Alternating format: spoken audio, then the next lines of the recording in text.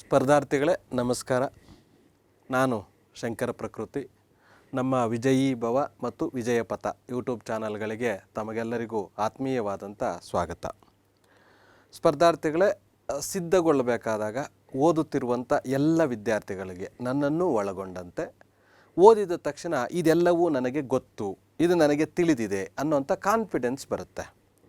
ಆದರೆ ಅದು ನನಗೆ ನಿಜವಾಗಿಯೂ ತಿಳಿದಿದೆಯಾ, ನಿಜವಾಗಿಯೂ ನನ್ನ ಮೈಂಡಲ್ಲಿ ರೆಕಾರ್ಡ್ ಆಗಿದೆಯಾ, ನಾನೀಗ ಸದ್ಯಕ್ಕೆ ಓದ್ಕೊಂಡ ಮಾತ್ರಕ್ಕೆ ಅದೆಲ್ಲವೂ ನನ್ನ ಮೈಂಡಲ್ಲಿ ಕುಳಿತಿದೆ ಅಂತಲ್ಲ. ಓದಿದಾಗ ಹಾಗೆ ಅನಿಸುತ್ತೆ, ಆದರೆ ನಿಜವಾಗಿ ಅದು ನನ್ನ ಮೈಂಡಲ್ಲಿ ಕುಳಿತಿದೆಯಾ, ಯಾವುದೇ ರೀತಿಯಾದಂಥ ಪ್ರಶ್ನೆ ಬಂದಾಗ ಆ ವಿಷಯಕ್ಕೆ ಸಂಬಂಧಪಟ್ಟಂತೆ ಆನ್ಸರ್ ಮಾಡುವಂಥದ್ದು ನನಗೆ ಗೊತ್ತಿದೆಯಾ ಅನ್ನೋಂಥದ್ದನ್ನ ಕ್ರಾಸ್ ಚೆಕ್ ಮಾಡ್ಕೋಬೇಕಾಗತ್ತೆ. ಇಲ್ಲ ಅಂದರೆ ಭ್ರಮೆಯಲ್ಲೇ ಇದ್ದು ನಾವು ಮೋಸ ಹೋಗ್ತೇವೆ. ಏಕೆಂದರೆ ಸುಮಾರು ವಿದ್ಯಾರ್ಥಿಗಳು ನಾನು ಚೆನ್ನಾಗಿ ಓದಿದ್ದೆ, ಆದರೆ ಎಕ್ಸಾಮ್ ಹಾಲಲ್ಲಿ ಆನ್ಸರ್ ನೆನಪು ಬರಲಿಲ್ಲ, ಎಕ್ಸಾಮ್ ಹಾಲಲ್ಲಿ ಅನಾಲಿಸಿಸ್ ಮಾಡೋಕ್ಕಾಗಲಿಲ್ಲ, ಹೊರಗಡೆ ಬಂದ ಮೇಲೆ ನನಗೆ ಅದು ಗೊತ್ತಾಯಿತು, ಹೀಗೆಲ್ಲ ಕೇಳ್ತಾರಾ ಅಂತ ನಾನು ಅಂದ್ಕೊಂಡಿರಲಿಲ್ಲ, ಹೆಂಗೆಂಗೋ ಕೇಳಿಬಿಟ್ಟಿದ್ದಾರೆ. ಈ ಥರದ ಎಲ್ಲ ಮಾತುಗಳನ್ನು ಪರೀಕ್ಷೆಯಿಂದ ಹೊರಗಡೆ ಬಂದಂಥ ಸ್ಪರ್ಧಾರ್ಥಿಗಳು ಮಾತನಾಡುವುದನ್ನು ನಾವು ಕೇಳಿದ್ದೇವೆ. ಹಾಗಾಗಬಾರ್ದು ಅನ್ನೋಂಥದ್ದಾದರೆ ಪರೀಕ್ಷೆಗೆ ಹೋಗೋಕ್ಕಿಂತ ಮುಂಚೆನೇ ಸಾಕಷ್ಟು ಪರೀಕ್ಷೆಗಳನ್ನು ಎದುರಿಸಿ ನಮ್ಮನ್ನು ನಾವು ಆತ್ಮಾವಲೋಕನ ಮಾಡಿಕೊಂಡು ಕ್ರಾಸ್ ಚೆಕ್ ಮಾಡಿಕೊಂಡು ಹೋಗಿದ್ದೆ ಆದರೆ ಯಶಸ್ಸಿನ ಪರ್ಸೆಂಟೇಜು ರೈಸ್ ಆಗುತ್ತೆ ಅನ್ನೋಂಥದ್ದು ನನ್ನ ಅನುಭವಕ್ಕೆ ಬಂದಿರುವಂಥದ್ದು. ಆ ನಿಟ್ಟಿನಲ್ಲಿ ಈಗ ತಾವೆಲ್ಲರೂ ಈಗೇನೊಂದು 3-4 ತಿಂಗಳ ಹಿಂದಿನ ಕರೆಂಟ್ ಅಫೇರ್ಸ್ ಅಂತ ಅಂದ್ಕೊಳ್ಳೋಣ. ಆ ಎಲ್ಲ ಕರೆಂಟ್ ಅಫೇರ್ಸನ್ನು ತಾವು ಓದಿದ್ದೀರಿ. ಈಗ ಒಂದು ಪೆನ್ ತೆಗೆದುಕೊಳ್ಳಿ, ಒಂದು ಪೇಪರ್ ತೆಗೆದುಕೊಳ್ಳಿ. ಅಲ್ಲಿ ಈಗ ಕ್ವೆಶನ್ ನಂಬರ್ 1 ಹೇಳ್ತೇನೆ. ಆ ಕ್ವೆಶನ್ ನಂಬರ್ 1ಗೆ MCQ ಇರುತ್ತೆ, ಅದಕ್ಕೆ ನೀವು ಆನ್ಸರ್ ಮಾಡಿ. ಎಷ್ಟಕ್ಕೆ ನೀವು ಆನ್ಸರ್ ಮಾಡ್ತೀರಿ ಇವೆಲ್ಲವೂ ನೀವು ಓದಿರೋದೆ. ಈಗ ಎಲ್ರಿಗೂ ನೀವು ಕಾನ್ಫಿಡೆನ್ಸ್ ಇರುತ್ತೆ, ನಾನು ಕರೆಂಟ್ ಅಫೇರ್ಸ್ ಓದಿದ್ದೀನಿ ಅಂತ. ನೀವು ಓದಿರೋಂಥದ್ದು 2 ರೀತಿ ಆಗುತ್ತೆ. ಒಂದು, ಭಯ ಪಡುವಂಥದ್ದಿಲ್ಲ, ಆತಂಕ ಪಡುವಂಥದ್ದಿಲ್ಲ. ಇಲ್ಲೇನು ಮಾಡಬೇಕು, ಅಕಸ್ಮಾತ್ ಇಲ್ಲಿ ಒಂದು ಕ್ವೆಶನ್ಗೆ ಆನ್ಸರ್ ಬಂದಿಲ್ಲ ಅಂದರೆ ಹೋಗ್ಲಿ ಬಿಡಪ್ಪ, ಈಗ ಅದನ್ನು ಕ್ರಾಸ್ ಚೆಕ್ ಮಾಡ್ಕೊಂಡಂಗಾಯಿತು, ನಾನು ಓದುವಂಥ ವಿಧಾನ ಇನ್ನು ಸ್ವಲ್ಪ ಬದಲಾಗಬೇಕು, ಆವಾಗ ಕ್ರಾಸ್ ಚೆಕ್ ಮಾಡ್ಕೋತಾ ಇರಬೇಕು ಅಂತ ರಿಯಲೈಸ್ ಆಗ್ತೀರಿ. ಅನಂತರ ಇನ್ನು ಕೆಲವ್ರಿಗೇನು ಆ ಆನ್ಸರು ಇಷ್ಟು ಕ್ವೆಶನ್, ಈಗ 30 ಕ್ವೆಶನ್ಸ್ ಸಿಗುತ್ತೆ ಇದರಲ್ಲಿ ನಿಮಗೆ. 30 ಕ್ವೆಶನ್ಸಲ್ಲಿ ಅಟ್ಲೀಸ್ಟ್ ಒಂದು 20ಕ್ಕೆ 25ಕ್ಕೆ ಆನ್ಸರ್ ಮಾಡಿದ್ರೆ ನಿಮ್ಮ ಕಾನ್ಫಿಡೆನ್ಸ್ ಲೆವೆಲ್ ಚೆನ್ನಾಗಾಗುತ್ತೆ. ನಾನು ಸರಿಯಾದ ಟ್ರ್ಯಾಕಲ್ಲಿದ್ದೀನಿ, ನಾನು ಓದ್ತಾ ಇರೋ ವಿಧಾನ ಸರಿ ಇದೆ, ನಾನು ಇದನ್ನು ಈ ಮುಂದಕ್ಕೆ ಕೊಂಡೊಯ್ಯಬೇಕು ಅನ್ನೋಂಥದ್ದಾಗತ್ತೆ. ಅದೇ ಎಕ್ಸಾಮ್ಗೆ ಹೋಗಾದ್ಮೇಲೆ ರಿಯಲೈಸ್ ಆದರೆ ಪ್ರಯೋಜನ ಇಲ್ಲ. ಅದಕ್ಕೆ ಈಗ ನೀವು ನಿಮ್ಮ ಮೇಲೆ ನಿಮ್ಮ ಓವರ್ ಕಾನ್ಫಿಡೆನ್ಸ್ ಇರ್ಬೋದು, ಕೆಲವ್ರಿಗೆ ಕಾನ್ಫಿಡೆನ್ಸೇ ಇರ್ಬೋದು. ನಂಗೆ ಗೊತ್ತಿದೆ, ಈಗ ಮಾರ್ಚ್ ಕರೆಂಟ್ ಅಫೇರ್ಸ್ ಓದ್ಕೊಂಡಿದ್ದೇನೆ, ಫೆಬ್ರವರಿ ಕರೆಂಟ್ ಅಫೇರ್ಸ್ ಓದಿದ್ದೇನೆ, ಜನವರಿ ಓದಿದ್ದೇನೆ, ಡಿಸೆಂಬರ್ ಓದಿದ್ದೇನೆ, ಹೌದಲ್ವಾ? ಈಗ 4 ತಿಂಗಳಿದೆ, ತೀರಾ ಹಿಂದಕ್ಕೆ ಹೋಗೋದು ಬೇಡ. ಈ 3-4 ತಿಂಗಳ ಒಂದು ಕರೆಂಟ್ ಅಫೇರ್ಸನ್ನು ಎಷ್ಟು ಮಾತ್ರ ನೀವು ಕಲ್ತ್ಕೊಂಡಿದ್ದೀರಿ ಅಂತ ಈಗ ನಾವು ಕ್ರಾಸ್ ಚೆಕ್ ಮಾಡ್ತಾ ಹೋಗೋಣ. ನಿಮ್ಗೆ ಇದು ನಿಜವಾಗಿಯೂ ಕಲಿಕೆ ಆಗಬೇಕು ಅನ್ನೋಂಥದ್ದಾದರೆ ನೀವು ಏನು ಫಸ್ಟ್ ಪೆನ್ನು ಪೇಪರ್ ತೆಗೆದುಕೊಳ್ಳಿ. ಈಗ ಕ್ವೆಶನ್ ನಂಬರ್ 1 ಬರುತ್ತೆ, ಅದಕ್ಕೆ ಯಾವುದು ಆನ್ಸರ್ ಅನ್ನೋದನ್ನ ನೀವು ಆನ್ಸರ್ ಟಿಕ್ ಮಾಡ್ತಾ ಹೋಗಿ. ಹಾಗೆ 30 ಪ್ರಶ್ನೆಗಳು ಬಂದಿದ್ದಾವೆ ಈ ವಿಡಿಯೋದಲ್ಲಿ. ಆ 30 ಪ್ರಶ್ನೆಗಳದನ್ನು ಚೆಕ್ ಮಾಡ್ತಾ ಹೋಗಿ ಎಷ್ಟಕ್ಕೆ ಆನ್ಸರ್ ಮಾಡ್ತೀರಿ ಅನ್ನೋದನ್ನ ನೀವು ಸೆಲ್ಫ್ ಇವ್ಯಾಲ್ಯೂಯೇಷನ್ ಮಾಡ್ಕೊಳ್ಳಿ. ಮೊದಲನೇ ಪ್ರಶ್ನೆ, ಇಸ್ರೋ ಸಂಸ್ಥೆಯು ಎಕ್ಸ್ಪೋ ಸ್ಯಾಟಿಲೈಟ್ ಅನ್ನೋಂಥದ್ದನ್ನು ಉಡಾವಣೆ ಮಾಡುವ ಮೂಲಕ ಸೌರ ಕಪ್ಪು ಕುಳಿಗಳು, ಅಂದರೆ ಆಕಾಶದಲ್ಲಿ ಕಪ್ಪು ಕುಳಿಗಳು ಅನ್ನೋಂಥದ್ದಿದೆ. ಅದು ಏನು ಆಸ್ಟ್ರೋನಾಟ್ಸ್ ಅಂತ ಏನು ಕರಿತೀವಿ, ಅಥವಾ ಇದಕ್ಕೆ ಆಕಾಶದ ಕಾಯಗಳ ಬಗ್ಗೆ ಅಧ್ಯಯನ ಮಾಡೋಂಥವ್ರಿಗೆ ಅದೊಂದು ಕುತೂಹಲಕಾರಿಯಾದಂಥ ವಿಚಾರ. ಏಕೆಂದರೆ ಈಗಾಗಲೇ ನಕ್ಷತ್ರದ ಒಳಗಡೆ ಏನಿದೆ ಅನ್ನೋದನ್ನ ಒಂದಷ್ಟು ಅಧ್ಯಯನ ಮಾಡಿ ತಿಳ್ಕೊಳ್ಳಲಾಗಿದೆ. ಅದೇ ರೀತಿ ಗ್ರಹಗಳು, ಉಪಗ್ರಹಗಳು, ಅದೇ ರೀತಿ ಧೂಮಕೇತುಗಳು, ಈ ಆಕಾಶ ಕಾಯಗಳು ಬೇರೆ ಎಲ್ಲ ತಿಳ್ಕೊಂಡಿದ್ದಾರೆ. ಆದರೆ ಈ ಕಪ್ಪು ಕುಳಿಗಳ ಅಧ್ಯಯನದ ಬಗ್ಗೆ ತಿಳ್ಕೊಳ್ಳೋದಕ್ಕೆ ಆಗ್ತಾ ಇಲ್ಲ. ಒಂದು ಇಮ್ಯಾಜಿನೇಷನ್ ಇದೆ ಅನ್ನೋದು ಬಿಟ್ಟರೆ, ಒಂದು ಊಹೆ ಇದೆ, ಪ್ರಾಕಲ್ಪನೆ ಇದೆ ಅನ್ನೋದು ಬಿಟ್ಟರೆ, ವಾಸ್ತವವಾಗಿ ಆ ಕಪ್ಪು ಕುಳಿಯಲ್ಲಿ ಏನು ಬರುತ್ತೆ ಅನ್ನೋಂಥದ್ದು ಅಧ್ಯಯನ ಇನ್ನೂ ಸಾಕಷ್ಟು ನಡೆದಿಲ್ಲ. ಅದರಿಂದಾಗಿ ಪ್ರಪಂಚದ ಎಲ್ಲ ಖಗೋಳ ಆಸಕ್ತರಿಗೆ ಅದರ ಬಗ್ಗೆ ಒಂದು ಕುತೂಹಲ ಇದೆ. ಆ ಕುತೂಹಲವನ್ನು ತಣಿಸುವ ಸಲುವಾಗಿ ಅಧ್ಯಯನ ಮಾಡಲಿಕ್ಕೆ ಒಂದು ಇತ್ತೀಚೆಗೆ ಇಸ್ರೋ ಸಂಸ್ಥೆ ಈ ಒಂದು ಎಕ್ಸ್ಪೋ ಸ್ಯಾಟಿಲೈಟ್ ಅನ್ನೋಂಥದ್ದನ್ನು ಉಡಾವಣೆ ಮಾಡಿದೆ ಕಪ್ಪು ಕುಳಿಗಳ ಬಗ್ಗೆ ಅಧ್ಯಯನ ಮಾಡೋದಕ್ಕೆ. ಈ ಥರ ಕಪ್ಪು ಕುಳಿಗಳ ಬಗ್ಗೆ ಅಧ್ಯಯನ ಮಾಡ್ತಾ ಇರೋಂಥದ್ರಲ್ಲಿ ಭಾರತ ಎಷ್ಟನೇ ದೇಶ ಅಂತ? 1ನೇದು, 2ನೇದು, 3ನೇದು, 4ನೇದು, ಯಾವುದು ಸರಿ ಅಂತ ನೀವು ಆನ್ಸರ್ ಮಾಡಿದ್ರಂತ ಭಾವಿಸ್ತೇನೆ. ಈಗ ನಾನು ಆನ್ಸರ್ಗೆ ಹೋಗ್ತೀನಿ. 2ನೇ ದೇಶ. ಪ್ರಪಂಚದಲ್ಲಿ ಇದುವರೆಗೆ ಬೇರೆ ಆಕಾಶಕಾಯಗಳ ಬಗ್ಗೆ ಅಧ್ಯಯನ ಮಾಡ್ತಾ ಇರುವಂಥ ಬೇರೆ ಸಂಸ್ಥೆಗಳು, ಬೇರೆ ದೇಶಗಳು ಇದ್ದಾವೆ. ಆದರೆ ಈ ಆಕಾಶದಲ್ಲಿ ಕಂಡುಬರುವಂಥ ಕಪ್ಪು ಕುಳಿಗಳು ಅಂತ ಏನು ಕರಿತೀವಿ, ಅದನ್ನು ಅಧ್ಯಯನ ಮಾಡೋಕ್ಕೆ ಹೊರಟಿರುವಂಥದ್ದು ಭಾರತ 2ನೇ ದೇಶ. 1ನೇ ದೇಶ ಯಾವುದು? ಅದು ಯಾರು ಬಿಟ್ಕೊಳ್ಳೋದಿಲ್ಲ. ನಾಸಾದವರು 1ನೇ ಪ್ರಯತ್ನವನ್ನು ಈಗಾಗಲೇ ಮಾಡಿ ಆಗಿದೆ. ಭಾರತ 2ನೇ ಪ್ರಯತ್ನವನ್ನು ಮಾಡ್ತಾ ಇದೆ. ಯಾವಾಗ ಇದನ್ನು ಉಡಾವಣೆ ಮಾಡಲಾಯಿತು? 2024 ಜನವರಿ 1ರಂದು ಶ್ರೀಹರಿಕೋಟಾದಿಂದ ಉಡಾವಣೆ ಮಾಡಲಾಯಿತು. ಉಡಾವಣೆ ಮಾಡಿದಂಥ ವಾಹಕ PSLV-C58 ಅನ್ನೋಂಥದ್ದು.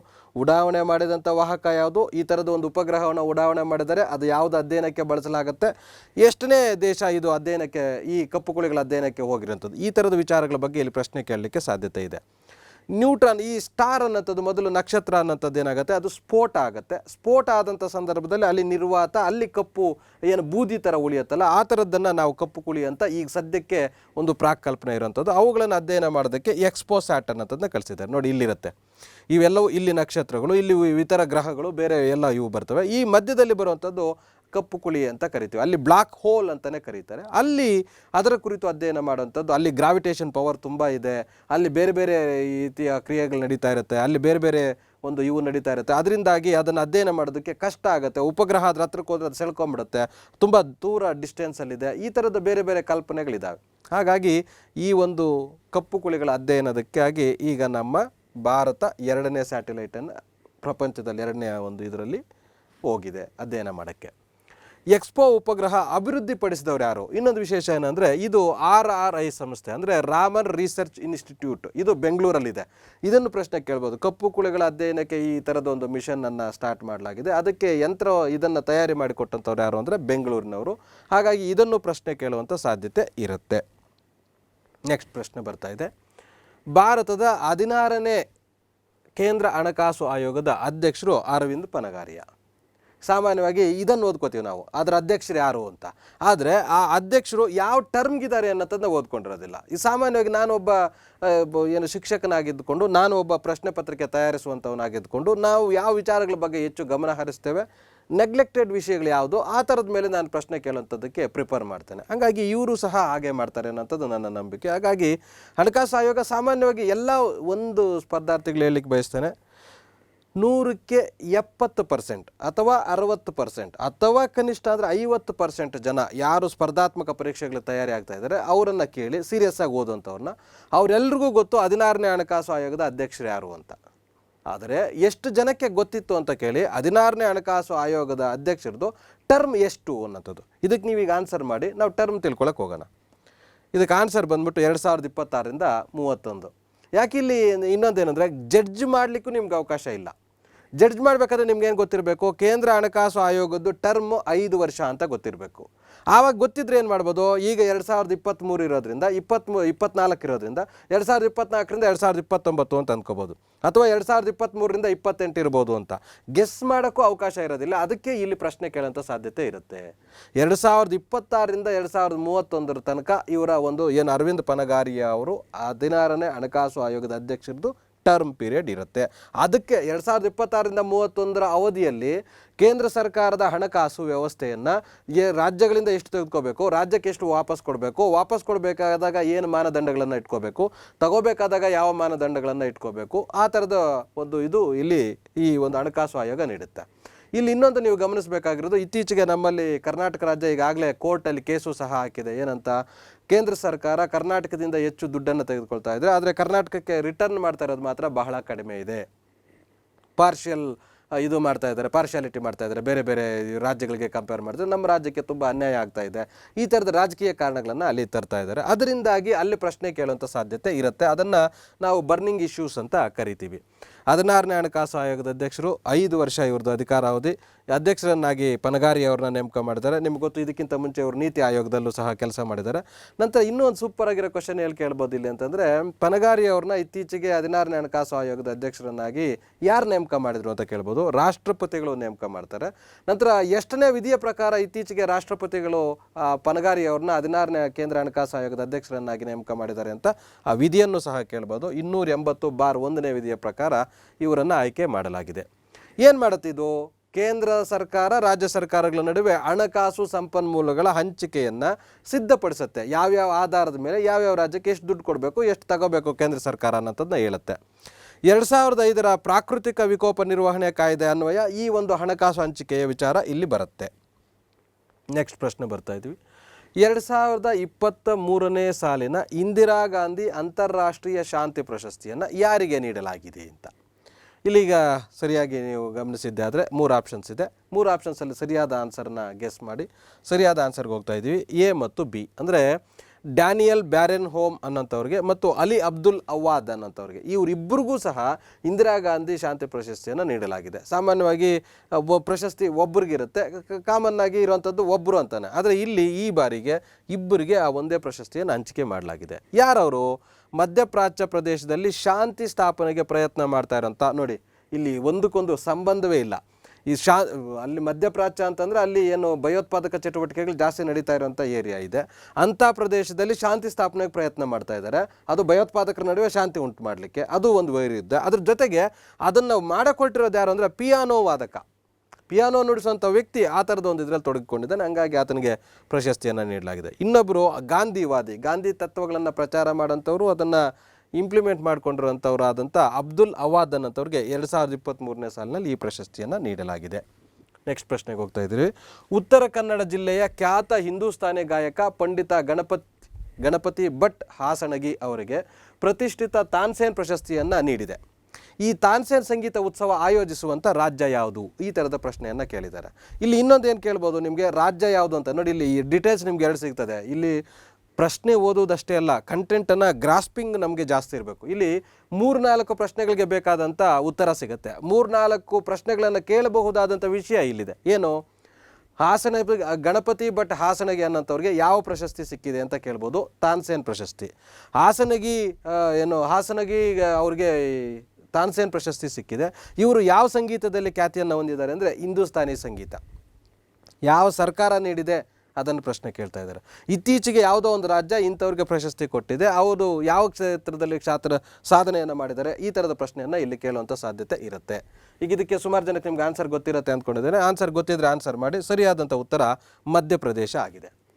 ಮಧ್ಯಪ್ರದೇಶದಲ್ಲಿ ಯಾಕೆ ಈ ಪ್ರಶಸ್ತಿಯನ್ನು ಕೊಡ್ತಾರೆ ಅಂದರೆ, ಈಗ ನಮ್ಮಲ್ಲಿ ಪಂಪ ಅನ್ನೋಂಥವ್ರು ಕರ್ನಾಟಕ ರಾಜ್ಯಕ್ಕೆ ಸೇರಿದಂಥವ್ರು, ಅವ್ರ ಹೆಸರಲ್ಲೇ ನಾಡೋಜ ಪ್ರಶಸ್ತಿ ಅಂತ ಕೊಡ್ತೀವಿ. ಹಾಗೆ ಇಲ್ಲಿ ಮಧ್ಯಪ್ರದೇಶದಲ್ಲಿ ತಾನ್ಸೇನ್ ಮಧ್ಯಪ್ರದೇಶ ರಾಜ್ಯಕ್ಕೆ ಸೇರಿದಂಥವರು, ಅವರ ಹೆಸರಿನಲ್ಲಿ ಈ ಒಂದು ಸಂಗೀತ ಪ್ರಶಸ್ತಿಯನ್ನು ನೀಡಲಾಗ್ತಾ ಇದೆ. ಇದು ಇತ್ತೀಚೆಗೆ ಗಿನ್ನಿಸ್ ರೆಕಾರ್ಡ್ ಆಗಿರುವಂಥ ಕಾರ್ಯಕ್ರಮ. ಆ ಕಾರ್ಯಕ್ರಮದಲ್ಲಿ ಇವರು ಪ್ರಶಸ್ತಿ ನೀಡಿದ್ದಾರೆ. ಅದರಿಂದ ಇನ್ನಷ್ಟು ಖ್ಯಾತಿಯನ್ನು ಗಳಿಸಿದೆ. ಪ್ರಶ್ನೆ ಯಾಕೆ ಈ ವಿಷಯ ತೆಗೆದುಕೋಬೇಕಾಗಿತ್ತು ನಾವೆಲ್ಲಿ ಅಂದರೆ, ಕರ್ನಾಟಕದವ್ರಿಗೆ ಪ್ರಶಸ್ತಿ ಸಿಕ್ಕಿರೋದು ಒಂದು, ನಂತರ ಇದು ಗಿನ್ನಿಸ್ ದಾಖಲೆ ಆಗಿದೆ. ಹಂಗಾಗಿ ಈ ಪ್ರಶಸ್ತಿ ಬಗ್ಗೆ ಪ್ರಶ್ನೆ ಕೇಳುವಂಥ ಸಾಧ್ಯತೆ ಇರುತ್ತೆ ಅಂತ. ಪ್ರಶ್ನೆ ಕೇಳ್ತಾರೆ ಅನ್ನೋದನ್ನ ಯಾವ ಏರಿಯಾದಲ್ಲಿ ಕೇಳ್ತಾರೆ, ಯಾವ ಕಾರಣಕ್ಕೆ ಕೇಳುವಂಥ ಸಾಧ್ಯತೆ ಇದೆ, ಹೇಗೆಲ್ಲ ಕೇಳುವಂಥ ಸಾಧ್ಯತೆ ಇದೆ ಅಂತ ಅನಾಲಿಸಿಸ್ ಮಾಡ್ಕೊಂಡು ಓದುವಂಥವ್ರಿಗೆ ಈ ಥರದ ಸಮಸ್ಯೆಗಳು ಬರೋದಿಲ್ಲ. ಆನ್ಸರ್ ಮಾಡೋದಕ್ಕೆ ಸಮಸ್ಯೆ ಬರೋದಿಲ್ಲ. ಸುಮ್ಮನೆ ಕ್ಯಾಶುಯಲ್ಲಾಗಿ ಓದ್ಕೊಂಡು ಹೋಗ್ತಾರಲ್ಲ, ಬುಕ್ ಓದ್ಕೊಂಡು ಚಿಕ್ಕ ಮಕ್ಕಳು ಓದ್ದಂಗೆ 4ನೇ ಕ್ಲಾಸ್ 5ನೇ ಕ್ಲಾಸ್ ಮಕ್ಕಳು ಲೈನ್ ಹಿಡ್ಕೊಂಡು ಓದ್ತಾ ಹೋಗ್ತಾರಲ್ಲ, ಆ ಥರ ಓದ್ತಾ ಹೋದರೆ ಕರೆಂಟ್ ಅಫೇರ್ಸಲ್ಲಿ ನಿಮಗೆ ಗ್ರಿಪ್ಪು ಬರೋದಿಲ್ಲ. ನೋಡಿ ಇಲ್ಲಿ ಆ ಕಾರ್ಯಕ್ರಮ ಇದು ಗಿನ್ನಿಸ್ ದಾಖಲೆ ನಡೆದಂಥದ್ದು. ಈ ತಬಲಾ ನುಡಿಸುವಂಥದ್ದು. ಇಲ್ಲಿ ತಾತ, ಮಗ, ಮೊಮ್ಮಕ್ಕಳು 3 ತಲೆಮಾರಿನವರು ಈ ಒಂದು ವಾದ್ಯಗಳನ್ನು ನುಡಿಸ್ತಾರೆ. ಅದು ಅಂತಾರಾಷ್ಟ್ರೀಯ ಏನು 99ನೇ ಅಂತಾರಾಷ್ಟ್ರೀಯ, ನೋಡಿ ಅದು ಫ್ಯಾನ್ಸಿ ನಂಬರು, 99ನೇ ಅಂತಾರಾಷ್ಟ್ರೀಯ ತಾನ್ಸೇನ್ ಒಂದು ಕಾರ್ಯಕ್ರಮ ನಡೆಯುತ್ತೆ. ಅದು ಸಂಗೀತ ಉತ್ಸವ ಮಧ್ಯಪ್ರದೇಶದಲ್ಲಿ ನಡೆಯುತ್ತದೆ. ಮಧ್ಯಪ್ರದೇಶದ ಗ್ವಾಲಿಯರಲ್ಲಿ ನಡೀತದೆ, ಅದು ಇಂಪಾರ್ಟೆಂಟು. ಯಾವ ವಾದ್ಯವನ್ನು ನುಡಿಸ್ತಾರೆ ಇವರು ಅಂದರೆ ತಬಲಾ ವಾದ್ಯವನ್ನು ನುಡಿಸ್ತಾರೆ. ಇದು ಗಿನ್ನಿಸ್ ದಾಖಲೆ ಆಗಿದೆ. ಯಾಕೆ ಅಂದರೆ 1282 ಜನ ತಬಲಾ ವಾದಕರು ಇದರಲ್ಲಿ ಭಾಗವಹಿಸಿರ್ತಾರೆ. ಹೈಯೆಸ್ಟ್ ತಬಲಾ ವಾದಕರು. ಈಗ ಮೋಸ್ಟ್ಲಿ ಭಾರತವೊಂದನ್ನು ಬಿಟ್ಟು ಪ್ರಪಂಚದಲ್ಲೆಲ್ಲ ಹುಡುಕಿದ್ರೂ ಇಷ್ಟು ಜನ ಸಿಗಲಿಕ್ಕಿಲ್ಲ ತಬಲಾ ವಾದಕರು. ಯಾಕೆಂದರೆ ಭಾರತದಲ್ಲೇ ಹೆಚ್ಚಿಗೆ ತಬಲಾ ವಾದನ ಇರುವಂಥದ್ದು, ಬೇರೆ ದೇಶಗಳಲ್ಲಿ ಬಹಳ ಕಡಿಮೆ ಇರುತ್ತದೆ. ಅದರಿಂದಾಗಿ ಅಷ್ಟು ಜನ ತಬಲಾ ವಾದನ ಮಾಡಿ ಇಲ್ಲಿ ಒಂದು ಏನು ರೆಕಾರ್ಡನ್ನು ಮಾಡಲಾಗಿದೆ. ಉತ್ತರ ಕನ್ನಡ ಜಿಲ್ಲೆಯ ಖ್ಯಾತ ಹಿಂದೂಸ್ತಾನಿ, ನಮ್ಮಲ್ಲಿ ಕರ್ನಾಟಕ ಸಂಗೀತ, ಹಿಂದೂಸ್ತಾನಿ ಸಂಗೀತ ಎರಡೂ ತುಂಬ ಫೇಮಸ್ಸು. ಹಿಂದೂಸ್ತಾನಿ ಸಂಗೀತ ಗಾಯಕ ಇವರು ಹಾಸಣಗಿ ಅನ್ನೋಂಥವ್ರು. ಇವ್ರಿಗೆ ಈ ಪ್ರಶಸ್ತಿ ನೀಡಲಾಗಿದೆ. ಇದು ಸಂಗೀತ ಕ್ಷೇತ್ರದಲ್ಲಿ ನೀಡುವಂಥ ಅತ್ಯುನ್ನತ ಪ್ರಶಸ್ತಿ, ಅದು ಗೊತ್ತಿರಲಿ. ನೆಕ್ಸ್ಟ್ ಪ್ರಶ್ನೆಗೆ ಬರ್ತಾ ಇದ್ದೀವಿ. ಭಾರತದ ಸುಪ್ರೀಂ ಕೋರ್ಟ್ನ ಮುಖ್ಯ ನ್ಯಾಯಮೂರ್ತಿ DY ಚಂದ್ರಚೂಡರವರು ಎಷ್ಟನೇ ಮುಖ್ಯ ನ್ಯಾಯಮೂರ್ತಿ ಅಂತ. ಇಲ್ಲಿ ನಾನು ಪ್ರಶ್ನೆ ಕೇಳೋದು ಯಾವ ವಿಧಾನದಲ್ಲಿ ಕೇಳಿದ್ದಾರೆ ಅಂತ ಹೇಳೋದ್ರ ಜೊತೆಗೆ ಈ ಪ್ರಶ್ನೆಯನ್ನು ಯಾಕೆ ಕೇಳ್ತಾರೆ, ಕೇಳುವಂಥ ಪಾಸಿಬಿಲಿಟೀಸ್ ಏನಿದೆ, ಕರೆಂಟ್ ಅಫೇರಲ್ಲಿ ಯಾವ ಥರದ ಏರಿಯಾಸಲ್ಲಿ ಕ್ವಶನ್ಸ್ ಕೇಳ್ತಾರೆ ಅನ್ನೋಂಥ ಮಾಹಿತಿಯನ್ನು ತಮಗೆ ಕೊಡಲಿಕ್ಕೆ ನಾನು ಅರ್ಥ ಮಾಡ್ಕೊಂಡಂಗೆ ನನಗೆ ಅನಿಸಿದಂಥದ್ದನ್ನು ತಮ್ಮ ಜೊತೆ ಶೇರ್ ಮಾಡ್ಕೋತಾ ಇರ್ತೇನೆ. ಯಾಕೆ ಇತ್ತೀಚೆಗೆ ಈ ಚಂದ್ರಚೂಡ ಅವರು ತುಂಬ ಚರ್ಚೆಯಲ್ಲಿದ್ದಾರೆ ಭಾರತ ಮಟ್ಟದಲ್ಲಿ. ಯಾಕೆ ಅನ್ನೋಂಥದ್ದಾದರೆ ತುಂಬ ಪ್ರಮುಖವಾದಂಥ ನಿರ್ಧಾರಗಳನ್ನು ಯಾವುದೇ ಕೇಂದ್ರ ಸರ್ಕಾರ ಆಗಿರಲಿ ಇನ್ನೊಂದಾಗಿರಲಿ ಯಾರನ್ನಾದರೂ ಎದುರಾಕೊಳ್ಳಿಕ್ಕೆ ರೆಡಿ ಇದ್ದಾರೆ, ನಿಷ್ಪಕ್ಷಪಾತವಾದಂಥ ನ್ಯಾಯ ತೀರ್ಮಾನ ಮಾಡೋಂಥದ್ರಲ್ಲಿ ಅವರು ಮುಂಚೂಣಿಯಲ್ಲಿದ್ದಾರೆ. ಹಂಗಾಗಿ ಅವ್ರದ್ದು ಇತ್ತೀಚೆಗೆ ನೀವು ಇದನ್ನು ಗಮನಿಸ್ಬೋದು, ಯಾವುದು ಬಿಲ್ಕಿಸ್ ಬಾನು ಪ್ರಕರಣ ಅಂತ ಬರ್ತದಲ್ವಾ, ಆ ಬಿಲ್ಕಿಸ್ ಬಾನು ಪ್ರಕರಣದಲ್ಲೂ ಸಹ ಇವರು ಒಂದು ತೀರ್ಪನ್ನು ಕೊಟ್ಟಿದ್ದಾರೆ. ಈ ಥರ ಬೇರೆ ಬೇರೆ ವಿಚಾರಗಳಲ್ಲಿ ತೀರ್ಪನ್ನು ಕೊಡ್ತಾ ಇದ್ದಾರೆ. ಹಾಗಾಗಿ ಇವ್ರ ಬಗ್ಗೆ ಪ್ರಶ್ನೆ ಕೇಳುವಂಥ ಸಾಧ್ಯತೆ ಇರುತ್ತೆ. ನಂತರ ಇನ್ನೂ ಒಂದೇನೆಂದರೆ ಇವ್ರು ಎಷ್ಟನೇವರು ಅಂದರೆ ಇದುವರೆಗೆ ಸುಪ್ರೀಂ ಕೋರ್ಟ್ನ ಮುಖ್ಯ ನ್ಯಾಯಾಧೀಶರಾಗಿರೋಂಥವರಲ್ಲಿ ಇವರು 50ನೇವರಾಗಿದ್ದಾರೆ. ಇದೊಂದು ಫ್ಯಾನ್ಸಿ ನಂಬರ್ ಅಲ್ವಾ, ಹಂಗಾಗಿ ಈ ಥರದ್ದು ಕೇಳುವಂಥ ಸಾಧ್ಯತೆ ಇರುತ್ತೆ ಅನ್ನೋಂಥದ್ದನ್ನು ಇಲ್ಲಿ ನಾನು ತೊಗೊಂಡಿದ್ದೇನೆ. ನೆಕ್ಸ್ಟ್ ಪ್ರಶ್ನೆಗೆ ಹೋಗ್ತಾ ಇದ್ದೀವಿ. ಭಾರತದ ಯಾವ ಕಂಪನಿ ದೇಶೀಯವಾಗಿ ಆಪಲ್ ಕಂಪನಿಯ ಉತ್ಪನ್ನಗಳ ಬಿಡಿಭಾಗಗಳನ್ನು ಉತ್ಪಾದಿಸಲಿದೆ ಅಂತ. ಈಗ ಆಪಲ್ ಕಂಪ್ನಿ ಓನರ್ ಅವ್ರ ಹತ್ರನೇ ಇರುತ್ತೆ, ಯಾರು ಸ್ಟೀವ್ ಜಾಬ್ಸ್ ಇದ್ದಾರೆ ಅವರೇ ಓನರ್ ಇದ್ದಾರೆ. ಆದರೆ ಅವರ ಒಂದು ಮೊಬೈಲ್ಗೆ ಬೇಕಾದಂಥ ಬಿಡಿ ಭಾಗಗಳನ್ನು ಭಾರತದಲ್ಲಿ ತಯಾರಿ ಮಾಡಿ ಕೊಡಿ ಅಂತ. ಏಕೆಂದರೆ ಬೇರೆ ದೇಶಗಳಲ್ಲಿ ಬಿಡಿ ಭಾಗಗಳನ್ನು ತಯಾರಿ ಮಾಡಲಿಕ್ಕೆ ಖರ್ಚು ಜಾಸ್ತಿ ಬರ್ತದೆ ಭಾರತಕ್ಕೆ ಕಂಪೇರ್ ಮಾಡಿದ್ರೆ. ಅದಕ್ಕೆ ಭಾರತದಲ್ಲಿ ತಯಾರಿ ಮಾಡಿಕೊಡಿ ಅಂತ ಅವರು ಆಫರ್ ಕೊಟ್ಟಿದ್ದಾರೆ. ಅದನ್ನು ಕ್ಲೈಮ್ ಮಾಡಿರೋಂಥವ್ರು ಯಾರೋ ಬೇರೆ ಬೇರೆ ಕಂಪ್ನಿಗಳೆಲ್ಲ ಕ್ಲೈಮ್ ಮಾಡ್ತವೆ, ನಾವು ತಯಾರು ಮಾಡಿಕೊಡ್ತೀವಿ ಅಂತ. ಅದರಲ್ಲಿ ವಿನ್ನರ್ ಆಗಿರೋಂಥವ್ರು ಯಾರು ಅಂದರೆ ಟಾಟಾ ಕಂಪ್ನಿಯವರು. ಟಾಟಾ ಕಂಪ್ನಿಯವರು ಈಗ ಆಪಲ್ ಕಂಪ್ನಿಗೆ ಬೇಕಾದಂಥ ಏನು ಸಪೋರ್ಟಿವ್ ಇನ್ಸ್ಟ್ರೂಮೆಂಟ್ಗಳಿದ್ದಾವೆ ಅವುಗಳನ್ನೆಲ್ಲವನ್ನು ಉತ್ಪಾದನೆ ಮಾಡಿ ಆಪಲ್ ಅವ್ರು ಕೊಡ್ತಾರೆ, ಅವ್ರು ಜೋಡಣೆ ಮಾಡಿ ಮತ್ತೆ ಮಾರಾಟ ಮಾಡ್ತಾರೆ ಅಂತ. ಇದು ಸರಿಯಾದಂಥ ಉತ್ತರ. ನಿಮ್ಗೆ ಎಷ್ಟು ಜನಕ್ಕೆ ಆನ್ಸರ್ ಕರೆಕ್ಟಾಗಿ ಗೊತ್ತಿತ್ತು ಆನ್ಸರ್ ಮಾಡಿ. ನೆಕ್ಸ್ಟ್ ಪ್ರಶ್ನೆಗೆ ಹೋಗ್ತಾ ಇದ್ವಿ. ಪ್ರಸ್ತುತ ಮಾಲ್ಡೀವ್ಸ್ನ ಅಧ್ಯಕ್ಷರು ಯಾರು ಅಂತ. ಮಾಲ್ಡೀವ್ಸ್ ಅಂದರೆ ನಮ್ಮ ಸುತ್ತಮುತ್ತಲು ಈಗ ಎಲೆಕ್ಷನ್ಸ್ ನಡೆದಿದೆ, ನಿಮಗೆ ಗೊತ್ತಿರಬೇಕು.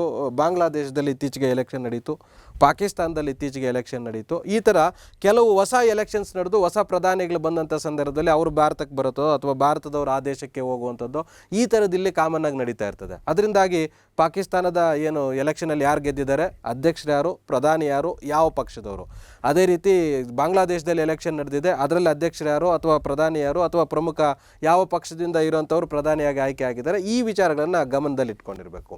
ಮಾಲ್ಡೀವ್ಸಲ್ಲೂ ಸಹ ಇತ್ತೀಚೆಗೆ ಎಲೆಕ್ಷನ್ ನಡೀತು. ಆ ಎಲೆಕ್ಷನ್ ನಡೆದಂಥ ಸಂದರ್ಭದಲ್ಲಿ ಇದಕ್ಕಿಂತ ಮುಂಚೆ ಮಾಲ್ಡೀವ್ಸ್ನಲ್ಲಿದ್ದಂಥವರು ಭಾರತದ ಪರವಾಗಿದ್ದಂಥವ್ರು. ಇವರು ಚೈನಾ ಒಂದು ಏನು ಬೆಂಬಲಿತ ವ್ಯಕ್ತಿಯಾಗಿದ್ದಾರೆ. ಇವರು ಒಂದು ಕಮ್ಯುನಿಸಮ್ ಮೈಂಡ್ ಇರೋಂಥವ್ರು ಮತ್ತು ಚೀನಾದ ಕಡೆ ಒಲವಿರೋಂಥವ್ರು ಆಗಿದ್ದರಿಂದ ಸ್ವಲ್ಪ ಹೆಚ್ಚು ಕಡಿಮೆ ಭಾರತಕ್ಕೆ ಆಪೋಸಿಟ್ ಆಗಿ ಇವರ ವರ್ತನೆ ಇದೆ. ಹಾಗಾಗಿ ನಂತರ ಇತ್ತೀಚೆಗೆ ಇವ್ರಿಗೆ ಕೌಂಟ್ರ್ ಕೊಡೋದಕ್ಕೆ ಅನ್ನೋ ಕಾರಣಕ್ಕೇ ಈಗ ಏನು ನಮ್ಮಲ್ಲಿ ಪ್ರವಾಸೋದ್ಯಮ ಇಂಪ್ರೂವ್ಮೆಂಟ್ ಮಾಡೋದಕ್ಕೆ ಮಾಲ್ಡೀವ್ಸ್ಗೆ ಒಂದು ಪ್ರವಾಸೋದ್ಯಮ ಹೊಡೆತ ಕೊಡೋದಕ್ಕೆ ಈ ಥರದ್ದೆಲ್ಲ ಪ್ರಯತ್ನಗಳು ನಡೀತು. ಅದರಿಂದ ಈ ಪ್ರಶ್ನೆ ಕೇಳುವಂಥ ಸಾಧ್ಯತೆ ಇದೆ ಅಂತ ನನಗನ್ನಿಸ್ತು. ಸಾಮಾನ್ಯವಾಗಿ ಆ ಪ್ರಶ್ನೆ ಕೇಳೋಂಥ ಸಾಧ್ಯತೆ ಇರುತ್ತೆ. ಈಗ ಇದ್ರದ್ದು ಅಧ್ಯಕ್ಷರು ಎಷ್ಟು ಜನಕ್ಕೆ ಗೊತ್ತಿತ್ತು ಆನ್ಸರ್ ಮಾಡಿ. ಇದಕ್ಕೆ ಸರಿಯಾದಂಥ ಉತ್ತರ ಮೊಹಮ್ಮದ್ ಮೊಯಿಜು ಅನ್ನೋಂಥದ್ದು ಕರೆಕ್ಟ್ ಆದಂಥ ಉತ್ತರ. ನೆಕ್ಸ್ಟು ಪ್ರಶ್ನೆಗೆ ಹೋಗ್ತಾ ಇದ್ದೀವಿ. ಚಿಕ್ಕಬಳ್ಳಾಪುರದ ಬಳಿ ಇತ್ತೀಚೆಗೆ ನೀವು ಶಿವರಾತ್ರಿಯನ್ನು ಆಚರಣೆ ಮಾಡಿದಿರಿ. ಶಿವರಾತ್ರಿಯ ಸಂದರ್ಭದಲ್ಲಿ ಪ್ರಮುಖ ನ್ಯೂಸ್ ಚಾನಲ್ಗಳಲ್ಲಿ ಎಲ್ಲದರಲ್ಲೂ ಅವತ್ತು ರಾತ್ರಿಯಲ್ಲಿ ಒಂದು ಕಾರ್ಯಕ್ರಮ, ಎಸ್ಪೆಷಲಿ ನ್ಯೂಸ್ ಚಾನಲ್ಸಲ್ಲಿ ಒಂದು ಕಾರ್ಯಕ್ರಮ ಲೈವ್ ಬರ್ತಾಯಿತ್ತು. ಆ ಲೈವ್ ಎಲ್ಲಿಂದ ಅಂತಂದರೆ ಈ ಕೊಯಮತ್ತೂರಿನಲ್ಲಿರುವಂಥ ಇಶಾ ಫೌಂಡೇಶನ್ನ ಏನು ಆದಿಯೋಗಿ ಅನ್ನೋಂಥದ್ದು ಆದಿಶಿವ ಅನ್ನೋಂಥ ಒಂದು ಮೂರ್ತಿಯನ್ನು ಇಟ್ಕೊಂಡು ಅದರ ಮುಂದೆ ಏನು ಕಲ್ಚರಲ್ ಪ್ರೋಗ್ರಾಮ್ಸನ್ನು ಮಾಡುವಂಥದ್ದು ಅದನ್ನು ತುಂಬ ಗ್ರ್ಯಾಂಡಾಗಿ ಮಾಡ್ತಾಯಿದ್ರು, ಅದೆಲ್ರಿಗೂ ಗೊತ್ತಿದೆ. ಹಾಗಾಗಿ ಅಲ್ಲಿ ಪ್ರಶ್ನೆಯನ್ನು ಕೇಳೋಂಥ ಸಾಧ್ಯತೆ ಇದೆ ಅಂತ ನನಗನ್ನಿಸ್ತು. ಅದರಿಂದಾಗಿ ಇಲ್ಲಿ ಪ್ರಶ್ನೆಯನ್ನು ಕೇಳಿದ್ದೇನೆ. ಹೇಳಿ ಇದು ನಿಮಗೆ ಎಷ್ಟು ಜನಕ್ಕೆ ಇದಕ್ಕೆ ಆನ್ಸರ್ ಗೊತ್ತಿದೆ ಅಂತ. ಇಶಾ ಫೌಂಡೇಶನ್ನ ಮುಖ್ಯಸ್ಥರು ಯಾರು ಅಂದರೆ ನೋಡಿ, ಇದು ಇಶಾ ಫೌಂಡೇಶನ್, ಇದು ಕರ್ನಾಟಕದಲ್ಲೂ ಇದೆ. ಚಿಕ್ಕಬಳ್ಳಾಪುರದ ಹತ್ರ ಇದೇ ಮೂರ್ತಿ, ಶಿವನ ಮೂರ್ತಿಯನ್ನು ಸ್ಥಾಪನೆ ಮಾಡಲಾಗಿದೆ. ಸೇಮ್ ಅದೇ ರೀತಿ ಕೊಯಮತ್ತೂರಿನಲ್ಲಿ ತಮಿಳುನಾಡಿನಲ್ಲೂ ಸಹ ಇದೇ ಮೂರ್ತಿಯನ್ನು ಸ್ಥಾಪನೆ ಮಾಡಲಾಗಿದೆ. ಈ ಮೂರ್ತಿಯ ಸ್ಥಾಪಕರು ಯಾರಂದರೆ ಇಲ್ಲಿರುವಂಥವ್ರು. ಅವ್ರ ಹೆಸರು ಸಾಮಾನ್ಯವಾಗಿ ನ್ಯೂಸ್ ಚಾನಲ್ಸು ಮತ್ತು ಸಾಕಷ್ಟು ಸೋಷಿಯಲ್ ಮೀಡಿಯಾದಲ್ಲಿ ಅವ್ರನ್ನ ನೋಡ್ತಾ ಇರ್ತೀರಿ. ಜಗ್ಗಿ ವಾಸುದೇವ್ ಅಂತ ಅವ್ರ ಹೆಸರು. ಈಶಾ ಫೌಂಡೇಶನ್ ಅನ್ನೋಂಥ ಒಂದು ಸಂಸ್ಥೆಯನ್ನು ಅವರು ಸ್ಥಾಪನೆ ಮಾಡಿದ್ದಾರೆ. ಆ ಸಂಸ್ಥೆಯ ಮುಖಾಂತರ ಅವರು ಕಾರ್ಯಕ್ರಮಗಳನ್ನು ಆಯೋಜನೆ ಮಾಡ್ತಾ ಇರ್ತಾರೆ. ಅದೇ ರೀತಿ ಗೌರು ಗೋಪಾಲ್ ದಾಸ್ ಅನ್ನೋಂಥವರು ಸಹ ಭಾರತದಲ್ಲಿ ಬರುವಂಥ ಒಂದು ಪ್ರಮುಖ ವ್ಯಕ್ತಿ, ಇದನ್ನು ತಿಳ್ಕೊಬೇಕು. ರಾಮದೇವ್ ಬಾಬಾ ನಿಮಗೆ ಗೊತ್ತೇ ಇದೆ, ಪತಂಜಲಿ ಅನ್ನೋಂಥ ಒಂದು ಉತ್ಪನ್ನಗಳನ್ನು ಇದು ಮಾಡ್ತಾ ಇದ್ದಾರೆ. ಚಾಗಂಟಿ ಕೃಷ್ಣಮೂರ್ತಿ ಅನ್ನೋಂಥವ್ರು ಆಂಧ್ರ ಪ್ರದೇಶದಲ್ಲಿ ಇದೇ ರೀತಿ ಧಾರ್ಮಿಕ ಪ್ರವಚನಗಳಿಗೆ ಹೆಸರುವಾಸಿ ಆಗಿರುವಂಥವ್ರು. ನೆಕ್ಸ್ಟ್ ಪ್ರಶ್ನೆಗೆ ಹೋಗ್ತಾ ಇದ್ವಿ. ಪ್ರತಿ ವರ್ಷ ಜನವರಿ 1ನೇ ತಾರೀಕು ನಾವೇನು ಆಚರಣೆ ಮಾಡ್ತೇವೆ ನಿಮ್ಗೆಲ್ರಿಗೂ ಗೊತ್ತಿದೆ. ಜನವರಿ 1ನೇ ತಾರೀಕು ಏನು ಮಾಡ್ತೇವೆ, ಹೊಸ ವರ್ಷ ಅಂತ ಆಚರಣೆ ಮಾಡ್ತೇವೆ. ಕ್ಯಾಲೆಂಡರ್ ಬದಲಾವಣೆ ಆಗುತ್ತೆ. ಯಾವ ಕ್ಯಾಲೆಂಡರ್ ಬದಲಾವಣೆ ಆಗುತ್ತೆ? ಸುಮಾರು ಜನಕ್ಕೆ ಅದು ಕ್ಯಾಲೆಂಡ್ರು, ನಮ್ಮಲ್ಲಿ ಬೇರೆ ಬೇರೆ ಕ್ಯಾಲೆಂಡರ್ಸ್ ಇದ್ದಾವೆ. ಅದನ್ನು ಬ್ರಿಟಿಷರು ಬಳಕೆ ಮಾಡ್ತಾ ಇದ್ದಂಥ ಕ್ಯಾಲೆಂಡರ್, ಅದು ಗ್ರೆಗೋರಿಯನ್ ಕ್ಯಾಲೆಂಡರ್ ಅಂತ ಕರಿತೀವಿ. ಆ ಗ್ರೆಗೋರಿಯನ್ ಕ್ಯಾಲೆಂಡರ್ನ ದಿನಾಂಕ, ವರ್ಷದ ಒಂದು ಫಸ್ಟ್ ಡೇ ಸ್ಟಾರ್ಟ್ ಆಗುವಂಥದ್ದು ಜನವರಿ 1ನೇ ತಾರೀಕು.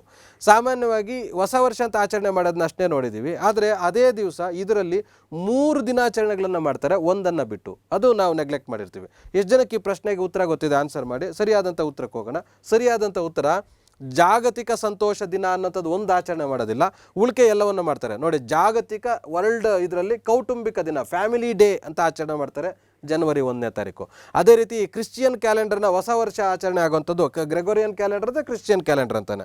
DRDOದ ಸಂಸ್ಥಾಪನಾ ದಿನ, ಏನು ನಮ್ಮ ಡಿಫೆನ್ಸ್ ರಿಸರ್ಚ್ ಇದೆಯಲ್ಲ, ಅದು ಸಹ ಸ್ಥಾಪನೆ ಆಗಿರುವಂಥದ್ದು ಜನವರಿ 1ನೇ ತಾರೀಕು. ಎಷ್ಟು ಜನಕ್ಕೆ ಗೊತ್ತಿದೆ ನಮಗೆ? ಅದರಿಂದಾಗಿ ಅಲ್ಲಿ ಪ್ರಶ್ನೆ ಕೇಳೋಂಥ ಸಾಧ್ಯತೆ ಇರುತ್ತೆ. ನಾನು ಓದ್ತಿರ್ಬೇಕಾದಾಗ ಈ 3 ವಿಚಾರಗಳು ಬಂತು, ಆಗ ಇಲ್ಲಿ ಈ ಥರ ಪ್ರಶ್ನೆ ಕೇಳ್ಬೋದಲ್ಲ ಅಂತ ಅನ್ನಿಸ್ತು, ಹಾಗಾಗಿ ಈ ಪ್ರಶ್ನೆಯನ್ನು ಇಲ್ಲಿ ತಂದಿದ್ದೇನೆ. ಮುಂದಿನ ಪ್ರಶ್ನೆಗೆ ಹೋಗ್ತಾ ಇದ್ದೀವಿ. ಡ್ಯಾಶ್ ಯೋಜನೆಯ ಯಶಸ್ವಿ ಸಾಧನೆಗಾಗಿ ಐಸ್ಲ್ಯಾಂಡ್ನ ಉಸಾವಾಕ್ನಲ್ಲಿರುವ ಎಕ್ಸ್ಪ್ಲೋರೇಷನ್ ಮ್ಯೂಸಿಯಂ ವತಿಯಿಂದ ಇಸ್ರೋ ಸಂಸ್ಥೆಗೆ 2023ನೇ ಸಾಲಿನ ಲೀಫ್ ಎರಿಕ್ಸನ್ ಲೂನಾರ್ ಪ್ರಶಸ್ತಿ ನೀಡಲಾಗಿದೆ. ಇದು ಸ್ವಲ್ಪ ಇಂಪಾರ್ಟೆಂಟು, ಯಾಕೆ ಅಂತಂದರೆ ಅದು ನೀಡಿರೋಂಥದ್ದು ನಮ್ಮ ಭಾರತದ ಒಂದು ಸಂಸ್ಥೆಗೆ. ಅದು ಏನು ಇಂಪಾರ್ಟೆಂಟು ಅಂತ ನೋಡೋಣ. ಪ್ರಶಸ್ತಿ ಯಾವುದು ಫಸ್ಟ್ ಕ್ಲಾರಿಟಿ ಇಟ್ಕೋಬೇಕು. ಕ್ವಶನ್ಸಲ್ಲಿ ಏನು ಕೇಳಿದ್ದಾನೆ? ಉಸಾವಾಕ್ ಅನ್ನೋಂಥದ್ದು ಒಂದು ಪ್ಲೇಸು, ಅಲ್ಲಿ ಎಕ್ಸ್ಪ್ಲೋರೇಷನ್ ಮ್ಯೂಸಿಯಂ ಅನ್ನೋಂಥದ್ದು ಒಂದು ಮ್ಯೂಸಿಯಂ ಇದೆ ಉಸಾವಾಕ್ನಲ್ಲಿ. ಆ ಮ್ಯೂಸಿಯಂ ಅವರು ಇಸ್ರೋಗೆ ಒಂದು ಪ್ರಶಸ್ತಿಯನ್ನು ನೀಡಿದ್ದಾರೆ. ಆ ಪ್ರಶಸ್ತಿ ಯಾವುದು ಅಂತಂದರೆ ಲೀಪ್ ಎರಿಕ್ಸನ್ ಲೂನಾರ್ ಪ್ರಶಸ್ತಿ ಅಂತ. ಆ ಪ್ರಶಸ್ತಿಯನ್ನು ಯಾವುದು, ಇದೆಲ್ಲವೂ ಇಸ್ರೋ ಕಾರ್ಯಕ್ರಮಗಳೇ. ಇಸ್ರೋ ಕಾರ್ಯಕ್ರಮಗಳಲ್ಲಿ ಇವಾಗ ಯಾವುದು 4ರಲ್ಲಿ ಯಾವುದಕ್ಕೆ ಅವರು ಪ್ರಶಸ್ತಿಯನ್ನು ನೀಡಿದ್ದಾರೆ ಅನ್ನೋಂಥದ್ದು ಇಂಪಾರ್ಟೆಂಟ್ ಆಗುತ್ತೆ. ಹೀಗೂ ಪ್ರಶ್ನೆ ಕೇಳ್ಬೋದು. ಇತ್ತೀಚೆಗೆ ನಾವೆಲ್ಲ ಓದ್ಕೋಬೇಕಾದಾಗ ಏನು ಮಾಡ್ತೀವಿ? ಲೂನಾರ್ ಪ್ರಶಸ್ತಿ ಉಸಾವಾಕ್ ಅನ್ನೋಂಥ ಮ್ಯೂಸಿಯಂ ಅವ್ರು ನೀಡಿದ್ದಾರೆ, ಇಸ್ರೋಗೆ ನೀಡಿದ್ದಾರೆ, ಇದು ಓದ್ಕೋತೀವಿ. ಯಾವ ಕಾರ್ಯಕ್ರಮಕ್ಕೆ ನೀಡಿದ್ದಾರೆ ಅನ್ನೋದನ್ನ ಮರ್ತಿರ್ತೀವಿ ನಾವು. ಏಕೆಂದರೆ ಇಸ್ರೋ ಸಾಕಷ್ಟು ಕಾರ್ಯಕ್ರಮಗಳು ಮಾಡಿದೆ. ಕೆಲವು ಏನು ಮಾಡ್ತಾರೆ, ಒಟ್ಟಾರೆಗೆ ಈಗ ಕುವೆಂಪುರವ್ರಿಗೆ ಜ್ಞಾನಪೀಠ ಪ್ರಶಸ್ತಿ ಬಂತು ಅಂದರೆ ಅವ್ರದ್ದು ಎಲ್ಲ ಸಾಹಿತ್ಯವೂ ತುಂಬ ಗ್ರೇಟೇ. ಆದರೆ ಜ್ಞಾನಪೀಠ ಪ್ರಶಸ್ತಿಯನ್ನು ಕೊಟ್ಟಿರುವಂಥದ್ದು ಅವರ ರಾಮಾಯಣ ದರ್ಶನಂ ಅನ್ನೋಂಥ ಕೃತಿಗೆ. ಕೆಲವರಿಗೆ ಸಮಗ್ರ ಕೃತಿಗೆ, ಈಗ ಗಿರೀಶ್ ಕಾರ್ನಾಡ್ ಅಂತ ಬಂದಾಗ ಅವರ ಸಮಗ್ರ ಸಾಹಿತ್ಯಕ್ಕೆ ಕೊಟ್ಟಿರ್ತಾರೆ. ಹಾಗೆ ಕೆಲವು ಓವರಾಲ್ ಪರ್ಫಾರ್ಮೆನ್ಸ್ ನೋಡಿ ಕೊಡ್ತಾರೆ, ಇನ್ನು ಕೆಲವರು ಇಂಡಿವಿಜುವಲ್ ಒಂದು ಇದನ್ನು ನೋಡಿ ಕೊಡ್ತಾರೆ. ಅದರಿಂದಾಗಿ ಪ್ರಶಸ್ತಿಗಳು ಬಂದಂಥ ಸಂದರ್ಭದಲ್ಲಿ ಈ ಥರದ ಸ್ಪೆಸಿಫಿಕೇಶನ್ ತಿಳ್ಕೊಬೇಕಾಗಿರೋಂಥದ್ದು ಕರೆಂಟ್ ಅಫೇರ್ ಓದುವಂಥವ್ರಿಗೆ ಅತಿ ಮುಖ್ಯ ಅನ್ನೋಂಥದ್ದು ನನ್ನ ಭಾವನೆ. ಈಗ ಇದಕ್ಕೆ ನಿಮ್ಗೆ ಎಷ್ಟು ಜನಕ್ಕೆ ಆನ್ಸರ್ ಗೊತ್ತಿದೆ? ಆನ್ಸರ್ ಮಾಡಿ. ಸರಿಯಾದಂಥ ಉತ್ತರ ಹೋಗ್ತಾ ಇದ್ವಿ, ಚಂದ್ರಯಾನ 3. ಯಾಕೆಂತಂದರೆ ಇತ್ತೀಚೆಗೆ ಲಾಸ್ಟ್ ವಿಡಿಯೋದಲ್ಲಿ ಮಾಡಿದ್ದಾಗಲೂ ಸಹ ಸರ್ ಚಂದ್ರಯಾನ ವಿಶೇಷ ಏನಂತಂದರೆ, ಈಗಾಗಲೇ ಅಮೆರಿಕ ಹೋಗಿ ಬಂದಿತ್ತು, ಚೀನಾ ಹೋಗಿ ಬಂದಿದೆ, ಜಪಾನ್ ಹೋಗಿ ಬಂದಿದೆ, ಇದೆಲ್ಲ ನಿಮ್ಗೆ ಗೊತ್ತಿದೆ. ಜಪಾನ್ ಹೋಯಿತು, ಅದು ಫೇಲ್ಯೂರ್ ಆಯಿತು. ರಷ್ಯಾ ನಮಗಿಂತ ಮುಂಚೆ ಹೋಗಬೇಕು ಅಂತ ಹೋಯಿತು, ಅದು ಫೇಲ್ಯೂರ್ ಆಯಿತು. ಎಲ್ಲಿ? ಚಂದ್ರನ ದಕ್ಷಿಣ ಭಾಗದಲ್ಲಿ ಲ್ಯಾಂಡ್ ಮಾಡೋದಕ್ಕೆ. ಈ ಥರ ಚಂದ್ರ ಅಂತ ಬರ್ತಾನೆ ಅಂದರೆ ಇದು ಉತ್ತರ ಭಾಗ, ಇದು ದಕ್ಷಿಣ ಭಾಗ. ಇಲ್ಲಿ ಲ್ಯಾಂಡ್ ಮಾಡೋದು ಕಷ್ಟ, ಅದು ಸಾಫ್ಟ್ ಲ್ಯಾಂಡಿಂಗು. ಆದರೆ ನಮ್ಮದು ಯಶಸ್ವಿ ಆಯಿತು. ನಮಗಿಂತ ಮುಂಚೆ ಹೋದಂಥ ರಷ್ಯಾದ್ದು ಫೇಲ್ಯೂರ್ ಆಯಿತು. ನಮ್ಮ ನಂತರ ಜಪಾನ್ ಅವರು ಮಾಡಿದಂಥದ್ದು ಅದು ಸಹ ಫೇಲ್ಯೂರ್ ಆಯಿತು, ಸಾಫ್ಟ್ ಲ್ಯಾಂಡಿಂಗ್ ಆಗಲಿಲ್ಲ, ಅದು ಸಹ ನಾಶ ಆಯಿತು. ಹಾಗಾಗಿ ಈಗ ಭಾರತದ ಒಂದು ಸಾಫ್ಟ್ ಲ್ಯಾಂಡಿಂಗ್ ಆಗಿದ್ದಂಥದ್ದು ವಿಶೇಷ. ಅದರಿಂದಾಗಿ ಈ ಒಂದು ಕಾರ್ಯಕ್ರಮಕ್ಕೆ ಅವ್ರಿಗೆ ಪ್ರಶಸ್ತಿ ನೀಡಲಾಗಿದೆ. ನೋಡಿ, ಮತ್ತೆ ಇನ್ನೊಂದೇನೆಂದರೆ ಮಂಗಳಯಾನವೂ ಇಸ್ರೋದು ಉತ್ತಮ ಸಾಧನೆಯೇ. ಸೌರಯಾನವು ಏನು ಇತ್ತೀಚೆಗೆ ಲಾಂಚ್ ಮಾಡಿರೋದು ಅದು ಉತ್ತಮವಾಗಿರೋಂಥದ್ದೇ. ನ್ಯಾವಿಗೇಷನ್ GPS ಮಾಡ್ತಾ ಇರೋಂಥದ್ದು ಉತ್ತಮವಾಗಿರೋಂಥದ್ದೇ. ಆದರೆ ಇವೆಲ್ಲವುಗಳಲ್ಲಿ ಯಾವುದಕ್ಕೆ ನೀಡಿದ್ದಾರೆ ಅಂದರೆ ಮಂಗಳಯಾನ ತುಂಬ ಹಳೆಯದಾಯಿತು, ಹಳೆಯದಕ್ಕೆ ಈಗ ಪ್ರಶಸ್ತಿ ಕೊಡೋಂಥ ಪಾಸಿಬಿಲಿಟಿ ಇರೋದಿಲ್ಲ, ಇದನ್ನು ತೆಗಿಬೋದು. ನಂತರ ಇಲ್ಲಿ ಬಂದಾಗ ನೀವು ಇವುಗಳಲ್ಲಿ 3 ಯಾವುದು ಗ್ರೇಟ್ ಅಂದರೆ ಚಂದ್ರಯಾನ ಸೌರಯಾನ ಅನ್ನೋಂಥದ್ದು ಕಂಪೇರ್ ಮಾಡಿದ್ರೆ ಚಂದ್ರಯಾನವೇ ಗ್ರೇಟ್. ಯಾಕೆಂದರೆ ಸೌರಯಾನ ಎಲ್ಲ ಒಂದು ನಿರ್ವಾತದಲ್ಲಿರೋಂಥದ್ದು, ಇದು ಹೋಗಿ ಲ್ಯಾಂಡ್ ಆಗೋವಂಥದ್ದು ಬೇರೆ ವಿಚಾರ ಆಗಿದೆ. ನ್ಯಾವಿಗೇಷನ್ GPS ಅನ್ನೋಂಥದ್ದು ಸಾಮಾನ್ಯ ವಿಚಾರ. ಹಂಗೆ ಜಡ್ಜ್ ಮಾಡಿ ಅನಾಲಿಸಿಸ್ ಮಾಡಿ ನಾವು ಆನ್ಸರನ್ನು ಮಾಡ್ಬೋದು. ಚಂದ್ರಯಾನ 3 ಯಶಸ್ವಿ ಸಾಧನೆಗಾಗಿ ಈ ಪ್ರಶಸ್ತಿಯನ್ನು ನೀಡಲಾಗಿದೆ. ಎಲ್ಲಿ ಲ್ಯಾಂಡ್ ಆಯಿತು? ದಕ್ಷಿಣ ಧ್ರುವದಲ್ಲಿ. ಯಾವಾಗ ಲ್ಯಾಂಡ್ ಆಯಿತು? ಇತ್ತೀಚೆಗೆ. ಇದಂಥ ಸೂಪರ್ ಕ್ವಶನ್ ಕೇಳ್ಬೋದು. ಆ ಸುತ್ತಿ ಬಳಸಿ ಕೇಳೋವಂಥದ್ದು, ಅಲ್ಲೇ ಇರೋವಂಥದ್ದು. ಪ್ರಶ್ನೆ ಪತ್ರಿಕೆ ಏನಕ್ಕೆ ತಯಾರಿ ಮಾಡ್ತಾ ಇದ್ದಾರೆ? ನಿಮ್ಮಲ್ಲಿ ಕಾಂಪಿಟೇಟರ್ಸು ಯಾವ ಮಟ್ಟಕ್ಕೆ ಪೀಸ್ ಆಫ್ ಮೈಂಡ್ ಇದೆ ನಿಮ್ಮದು, ನಿಮ್ಮ ಥಿಂಕಿಂಗ್ ಲೆವೆಲ್ ಹೆಂಗಿದೆ, ನಿಮ್ಮ ಕಾನ್ಸೆಪ್ಟನ್ನು ಅರ್ಥ ಮಾಡ್ಕೊಳ್ಳೋಂಥ ಲೆವೆಲ್ ಹೇಗಿದೆ, ಆ ಥರದ ವಿಚಾರಗಳನ್ನು ಗ್ರಹಿಸೋದಕ್ಕೆ ತಾನೇ ಕ್ವಶನ್ ಪೇಪರ್ ಮಾಡ್ತಿರೋದು. ಅದರಿಂದಾಗಿ ನಾವು ಈ ದೃಷ್ಟಿಕೋನಗಳಲ್ಲೆಲ್ಲ ನೋಡಿರಬೇಕು. ಏನು ಮಾಡ್ಬೋದು? ಇಲ್ಲಿ ಉಸಾವಾಕ್ನಲ್ಲಿರುವಂಥ ಎಕ್ಸ್ಪ್ಲೋರೇಷನ್ ಮ್ಯೂಸಿಯಂ ಅವರು ಇತ್ತೀಚೆಗೆ ಯಾರಿಗೆ ಇಸ್ರೋ ಸಂಸ್ಥೆಯವ್ರಿಗೆ ಚಂದ್ರಯಾನ 3 ಯಶಸ್ವಿ ಒಂದು ಉಡಾವಣೆ ಮಾಡಿ ಲ್ಯಾಂಡ್ ಮಾಡಿದ್ದಕ್ಕಾಗಿ ಲೂನಾರ್ ಪ್ರಶಸ್ತಿ ಅನ್ನೋಂಥದ್ದನ್ನು ನೀಡಲಾಗಿದೆ. ಹಾಗಾದರೆ ಯಾವಾಗ ಅದು ಲ್ಯಾಂಡ್ ಆಯಿತು ಅಂತ ಪ್ರಶ್ನೆ ಕೇಳ್ಬೋದು. ಈಗ ಅದು ಹೋದ ವರ್ಷ ಆಗಿದ್ದು, ಸುಮಾರು ಜನ ಡೇಟೇ ಮರ್ತ್ಕೊಬಿಟ್ಟಿರ್ತೀವಿ, 2023 ಆಗಸ್ಟ್ 23ರಂದು. ನೆಕ್ಸ್ಟ್ ಪ್ರಶ್ನೆ ಬರ್ತಾ ಇದ್ದೀವಿ. ಕ್ರಿಮಿನಲ್ ಕಾನೂನಿನ ಏನು CRPC ಅಂತ ಕರಿತೀವಿ, ಇಂಡಿಯನ್ ಸಿವಿಲ್ ಕೋಡು, CRPC ಇವೆಲ್ಲ ಬರ್ತಾವಲ್ಲ, ಅದರಲ್ಲಿ 3 ಕೋಡ್ಗಳಿದ್ದಾವೆ. ಆ 3 ಕೋಡ್ಗಳನ್ನು ಪರಿಶೀಲನೆ ಮಾಡೋದಕ್ಕೆ 2020ರಲ್ಲಿ ಒಂದು ಸಮಿತಿ ರಚಿಸಲಾಗಿತ್ತು. ಇಲ್ಲಿ ಸುಮಾರು ಜನಕ್ಕೆ ಡೌಟ್ ಬರೋದೇನೆಂದರೆ 2020ರಲ್ಲಿ ರಚನೆ ಮಾಡಿರೋದು, ಈಗ 2024 ಈಗ ಏನಕ್ಕೆ ಸರ್ ಇದು ಬೇಕಾಗಿತ್ತು ಪ್ರಶ್ನೆ ಅಂತ ಸುಮಾರು ಜನಕ್ಕೆ ಬರುತ್ತೆ. ಸುಮಾರು ಜನ ಈ ರೀತಿ ದಿಕ್ಕಿನಲ್ಲಿ ಯೋಚನೆ ಮಾಡಿರೋದಿಲ್ಲ. ಈಗ ಇದಕ್ಕೆ ಸರಿಯಾದ ಉತ್ತರ ಮಾಡಿ ನೆಕ್ಸ್ಟ್ ಅದಕ್ಕೆ ಎಕ್ಸ್ಪ್ಲನೇಷನ್ ಕೊಡ್ತೇನೆ. ಇದಕ್ಕೆ ಸರಿಯಾದ ಉತ್ತರ ರಣಬೀರ್ ಸಿಂಗ್ ಸಮಿತಿ ಅಂತ. ಏನಾಗಿದೆ, ಈಗ ನಮ್ಗೆ ಸ್ವಾತಂತ್ರ್ಯ ಬಂದು 75-76 ವರ್ಷಗಳಾಗಿದೆ. ಈ 75-76 ವರ್ಷಗಳಲ್ಲಿ ನಮ್ಮದೇ ದೇಶದ ಸಂವಿಧಾನ, ನಮ್ಮ ಭಾರತೀಯರೇ ರಚನೆ ಮಾಡಿರೋಂಥ ಸಂವಿಧಾನಕ್ಕೆ ಈಗಾಗಲೇ 100+ ಏನು ತಿದ್ದುಪಡಿಗಳನ್ನು ಮಾಡ್ಕೊಂಡಿದ್ದೇವೆ. ಯಾಕೆಂದರೆ ಕಾಲಕ್ಕೆ ತಕ್ಕಂತೆ ಹೊಂದಿಕೊಳ್ಳೋದಕ್ಕೆ, ಆ ಪರಿಸ್ಥಿತಿಗಳಿಗೆ ತಕ್ಕಂತೆ ಅನುಕೂಲವಾಗಲಿ ಅಂತ ಸಂವಿಧಾನವನ್ನು ತಿದ್ದುಪಡಿ ಮಾಡ್ಕೋತಾ ಇದ್ದೀವಿ. ಹಾಗಾದರೆ ಬ್ರಿಟಿಷರು ತಂದಿದ್ದಂಥ ಕಾನೂನುಗಳನ್ನು ತಿದ್ದುಪಡಿ ಮಾಡಬಾರ್ದಾ, ಬದಲಾವಣೆ ಮಾಡಬಾರ್ದಾ ಅನ್ನೋಂಥ ಪ್ರಶ್ನೆ ಬರುತ್ತೆ. ಆ ಕಾಲಕ್ಕೆ ಎವಿಡೆನ್ಸ್ಗಳು ಬೇರೆ ಇತ್ತು. ಆ ಕಾಲದಲ್ಲಿ ಮೊಬೈಲ್ ಇರಲಿಲ್ಲ. ಈಗ ಮೊಬೈಲಲ್ಲಿ ರೆಕಾರ್ಡ್ ಮಾಡಿದ್ದು ಸಾಕ್ಷಿಯಾಗಿ ಪರಿಗಣಿಸಬೇಕೋ ಬೇಡವೋ, ಕೋರ್ಟಲ್ಲಿ ಅದನ್ನು ತಗೋಬೇಕೋ ಬೇಡವೋ, ಕೋರ್ಟಲ್ಲಿ ನಡೆಯುವಂಥ ಕಾರ್ಯಕ್ರಮ ಪ್ರಜೆಗಳಿಗೆಲ್ರಿಗೂ ಕಾಣಿಸ್ಬೇಕು, ಅದನ್ನು ಲೈವ್ ಕೊಡ್ಬೋದೋ ಬೇಡವೋ, ಈ ಥರದ ಬೇರೆ ಸಾಕಷ್ಟು ಟೆಕ್ನಿಕಲ್ ಇಶ್ಯೂಸ್ ಬರ್ತಾ ಇದ್ದಾವೆ. ಆ ಬ್ರಿಟಿಷರ ಕಾಲದಲ್ಲಿ ಆ ಟೆಕ್ನಿಕಲ್ ಟರ್ಮ್ಸು, ಟೆಕ್ನಿಕಲ್ ಇವು ಇರಲಿಲ್ಲ. ಅದಕ್ಕೆ ಈಗ ಅದನ್ನು ಬದಲಾವಣೆ ಮಾಡೋಂಥ ಒಂದು ಪ್ರಯತ್ನ ನಡೀತು. ಆ ಬದಲಾವಣೆ ಮಾಡಬೇಕಾದ್ರೆ ಏನೆಲ್ಲ ಬದಲಾವಣೆಗಳು ಮಾಡಬೇಕು ಅನ್ನೋಂಥದ್ದಕ್ಕೆ ಪರಿಶೀಲನೆ ಮಾಡಿ ಅಂತ 2020ರಲ್ಲಿ ನೇಮಕ ಮಾಡಿದ್ದು.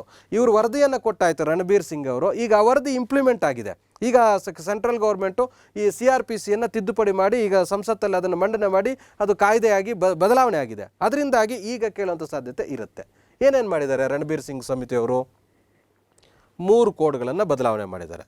163 ವರ್ಷಗಳ ಹಿಂದೆ ಬ್ರಿಟಿಷರು ಮಾಡಿರೋದು, 75, 76, 100 ವರ್ಷ ಅಲ್ಲ, 163 ವರ್ಷಗಳಿಂದ ಈ CRPC ಅನ್ನೋಂಥದ್ದು ಬಂದಿದ್ದು. ಆಮೇಲೆ ಬ್ರಿಟಿಷರು ಅದರಲ್ಲೂ ಸಣ್ಣ ಪುಟ್ಟ ಬದಲಾವಣೆಗಳು ಮಾಡ್ತಾರೆ, ಬಟ್ ಮೇಜರ್ ಎಲ್ಲ ಹಾಗೇ ಇರುತ್ತೆ. ಅದರಿಂದಾಗಿ ಅವುಗಳನ್ನು ಬದಲಾವಣೆ ಮಾಡೋದಕ್ಕೆ ಒಂದು ಕಾಯ್ದೆಯನ್ನು, ಇದನ್ನು ಸಂಸತ್ತಿನಲ್ಲಿ ಮಂಡನೆ ಮಾಡಿದರು. ಆ ಮಂಡನೆ ಮಾಡಿದ್ದಕ್ಕೆ ಏನಂತ ಕರೀತಾರೆ ಅಂದರೆ ಮಸೂದೆ 2023 the criminal law amendment bill ಅನ್ನೋಂಥ ಹೆಸರಿನಲ್ಲಿ ಸಂಸತ್ತಲ್ಲಿ ಅದನ್ನು ಚರ್ಚೆಗೆ ಇಡ್ತಾರೆ. ಆನಂತರ ಅದನ್ನು ಅನುಮೋದನೆ ಮಾಡಿ ಕಾಯ್ದೆ ಮಾಡಲಾಗುತ್ತೆ. ಯಾವ್ಯಾವು 3 ಅಂತೀವಲ್ವ, ಯಾವ್ಯಾವು? ಒಂದು IPC, ಇಂಡಿಯನ್ ಪೀನಲ್ ಕೋಡ್ ಅಂತ ಕರಿತೀವಿ. ಇದು 1862 ಜನವರಿಯಲ್ಲಿ ಬಂದಿದ್ದು. ಈಗ ಇದಕ್ಕೆ ಹೆಸರನ್ನು ಚೇಂಜ್ ಮಾಡಿದ್ದಾರೆ.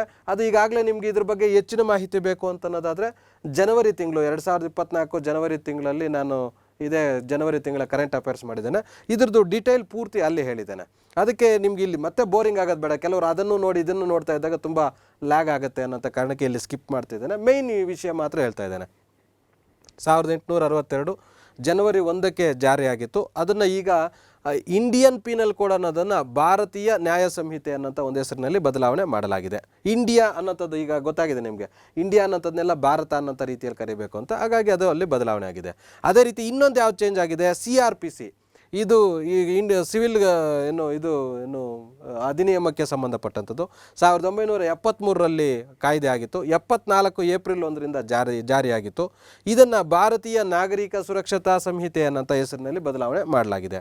ಇಂಡಿಯನ್ ಎವಿಡೆನ್ಸ್ ಆ್ಯಕ್ಟ್ ಅನ್ನೋಂಥದ್ದು, ಇದನ್ನು ಸೆಪ್ಟೆಂಬರ್ 1, 1872ರಲ್ಲಿ ಜಾರಿ ಮಾಡಲಾಗಿತ್ತು. ಅದನ್ನು ಭಾರತೀಯ ಸಾಕ್ಷ್ಯ ಅಧಿನಿಯಮ ಅಥವಾ ಸಾಕ್ಷ್ಯ ಕಾಯ್ದೆ ಅನ್ನೋಂಥದ್ದನ್ನು ಮಾಡಿದ್ದಾರೆ.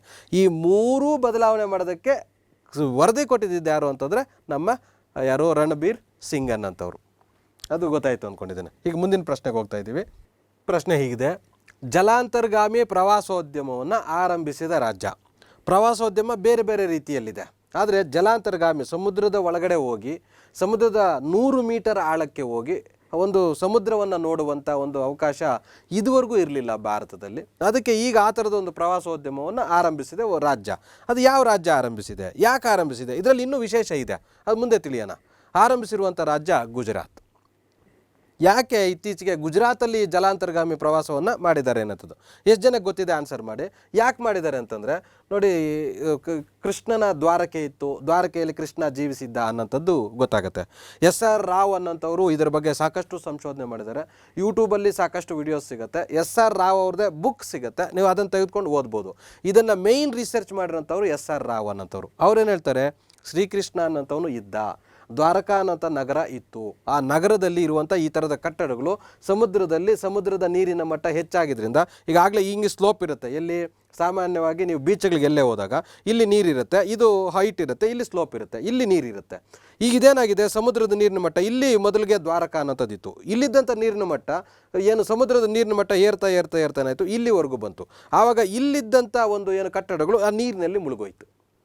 ಅದರಿಂದಾಗಿ ಕೃಷ್ಣನ ದ್ವಾರಕೆ ಇತ್ತು, ಕೃಷ್ಣ ಇದ್ದಂಥ ಪ್ಲೇಸು, ಜನಿಸಿದಂಥ ಆಟ ಆಡಿದಂಥ ಇದೆಲ್ಲವೂ ಇತ್ತು. ಈಗೇನಾಗಿದೆ, ಅದು ನೀರಿನಲ್ಲಿ ಮುಳುಗೋಗಿದೆ. ಅದರಿಂದಾಗಿ ನೀವು ಈ ಜಲಾಂತರ್ಗಾಮಿಯ ಮುಖಾಂತರ ಹೋಗಿ ಅಲ್ಲಿ ನೋಡಬಹುದು. ಅದನ್ನು 2 ರೀತಿಯ ಉದ್ದೇಶ. ಒಂದು, ಜಲಾಂತರ್ಗಾಮಿಯಲ್ಲಿ ಹೋಗುವಂಥದ್ದೇ ಒಂದು ರೋಮಾಂಚನ, ಅದ್ರ ಜೊತೆಗೆ ಅಲ್ಲಿ ಈ ಥರದ ಒಂದು ಧಾರ್ಮಿಕ ಒಂದು ಪ್ಲೇಸನ್ನು ನೋಡ್ಕೊಂಡು ಬರೋಂಥದ್ದು ಅನ್ನೋಂಥದ್ದು. ಇತ್ತೀಚೆಗೆ ಪ್ರಧಾನಿಯವರು ಸಹ ಈ ಥರದ ಒಂದು ಇದನ್ನು ಮಾಡಿದರು. ನಂತರ ಇದ್ರ ಬಗ್ಗೆ ನಿಮಗೆ ವಿಷಯ ಗೊತ್ತಿರಲಿ, ಇಲ್ಲಿ ಕರೆಂಟ್ ಅಫೇರ್ಸನ್ನು ಹೇಳ್ಬೇಕಾದಾಗ ನಾವು ಲಾಜಿಕಲ್ ಥಿಂಕಿಂಗ್ ಹೆಂಗೆ ಇಟ್ಕೋಬೇಕು, ಕ್ರಿಟಿಕಲ್ ಅನಾಲಿಟಿಕಲ್ ಥಿಂಕಿಂಗ್ ಹೇಗೆ ಇಟ್ಕೋಬೇಕು. ನನಗೆ ಯಾವುದೇ ರಾಜಕೀಯ ಪಕ್ಷಕ್ಕೆ ಬೆಂಬಲ ಆಗಿರಲಿ ಅಥವಾ ವಿರೋಧ ಆಗಿರಲಿ ಇರೋದಿಲ್ಲ. ನಾನು ವಿಷಯವನ್ನು ನನಗೆ ಅರ್ಥೈಸ್ಕೊಳ್ಳಲಿಕ್ಕೆ, ನನಗೆ ನೆನಪಿಟ್ಕೊಳ್ಳಲಿಕ್ಕೆ, ನಾನು ಪರೀಕ್ಷೆಯಲ್ಲಿ ಯಶಸ್ವಿ ಆಗಬೇಕು. ಆ ಕಾರಣಕ್ಕೆ ಹೇಗೆ ಇಟ್ಕೋಬೇಕೋ ಅದನ್ನು ಮಾತ್ರ ಹೇಳಕ್ಕೆ ಹೊರಟಿರ್ತೇವೆ ಹೊರತು ಯಾವುದೇ ಪಕ್ಷದ ಪ್ರಚಾರ ಮಾಡೋಂಥ ಕೆಲಸವನ್ನು ನಾವು ಮಾಡ್ತಾ ಇರೋದಿಲ್ಲ. ಅದನ್ನು ನೀವು ಗಮನಿಸಬೇಕು. ಯಾಕೆಂದರೆ ಇತ್ತೀಚೆಗೆ ಇದೇ ದ್ವಾರಕೆಯಲ್ಲಿ ಮೇಯ್ನ್ ಇದ್ದಂಥವ್ರು ಏನು ಹೇಳ್ತಾ ಇದ್ದಾರೆ, ಅಲ್ಲಿ ದ್ವಾರಕ ಇತ್ತು, ಕೃಷ್ಣ ಇತ್ತು, ಅವ್ರು ಮಾಡಿದಂಥ ನಗರಗಳು ಅವೆಲ್ಲ ಕಟ್ಟಡಗಳು ಅವಶೇಷಗಳು ಇದ್ದಾವೆ ಅಂತ.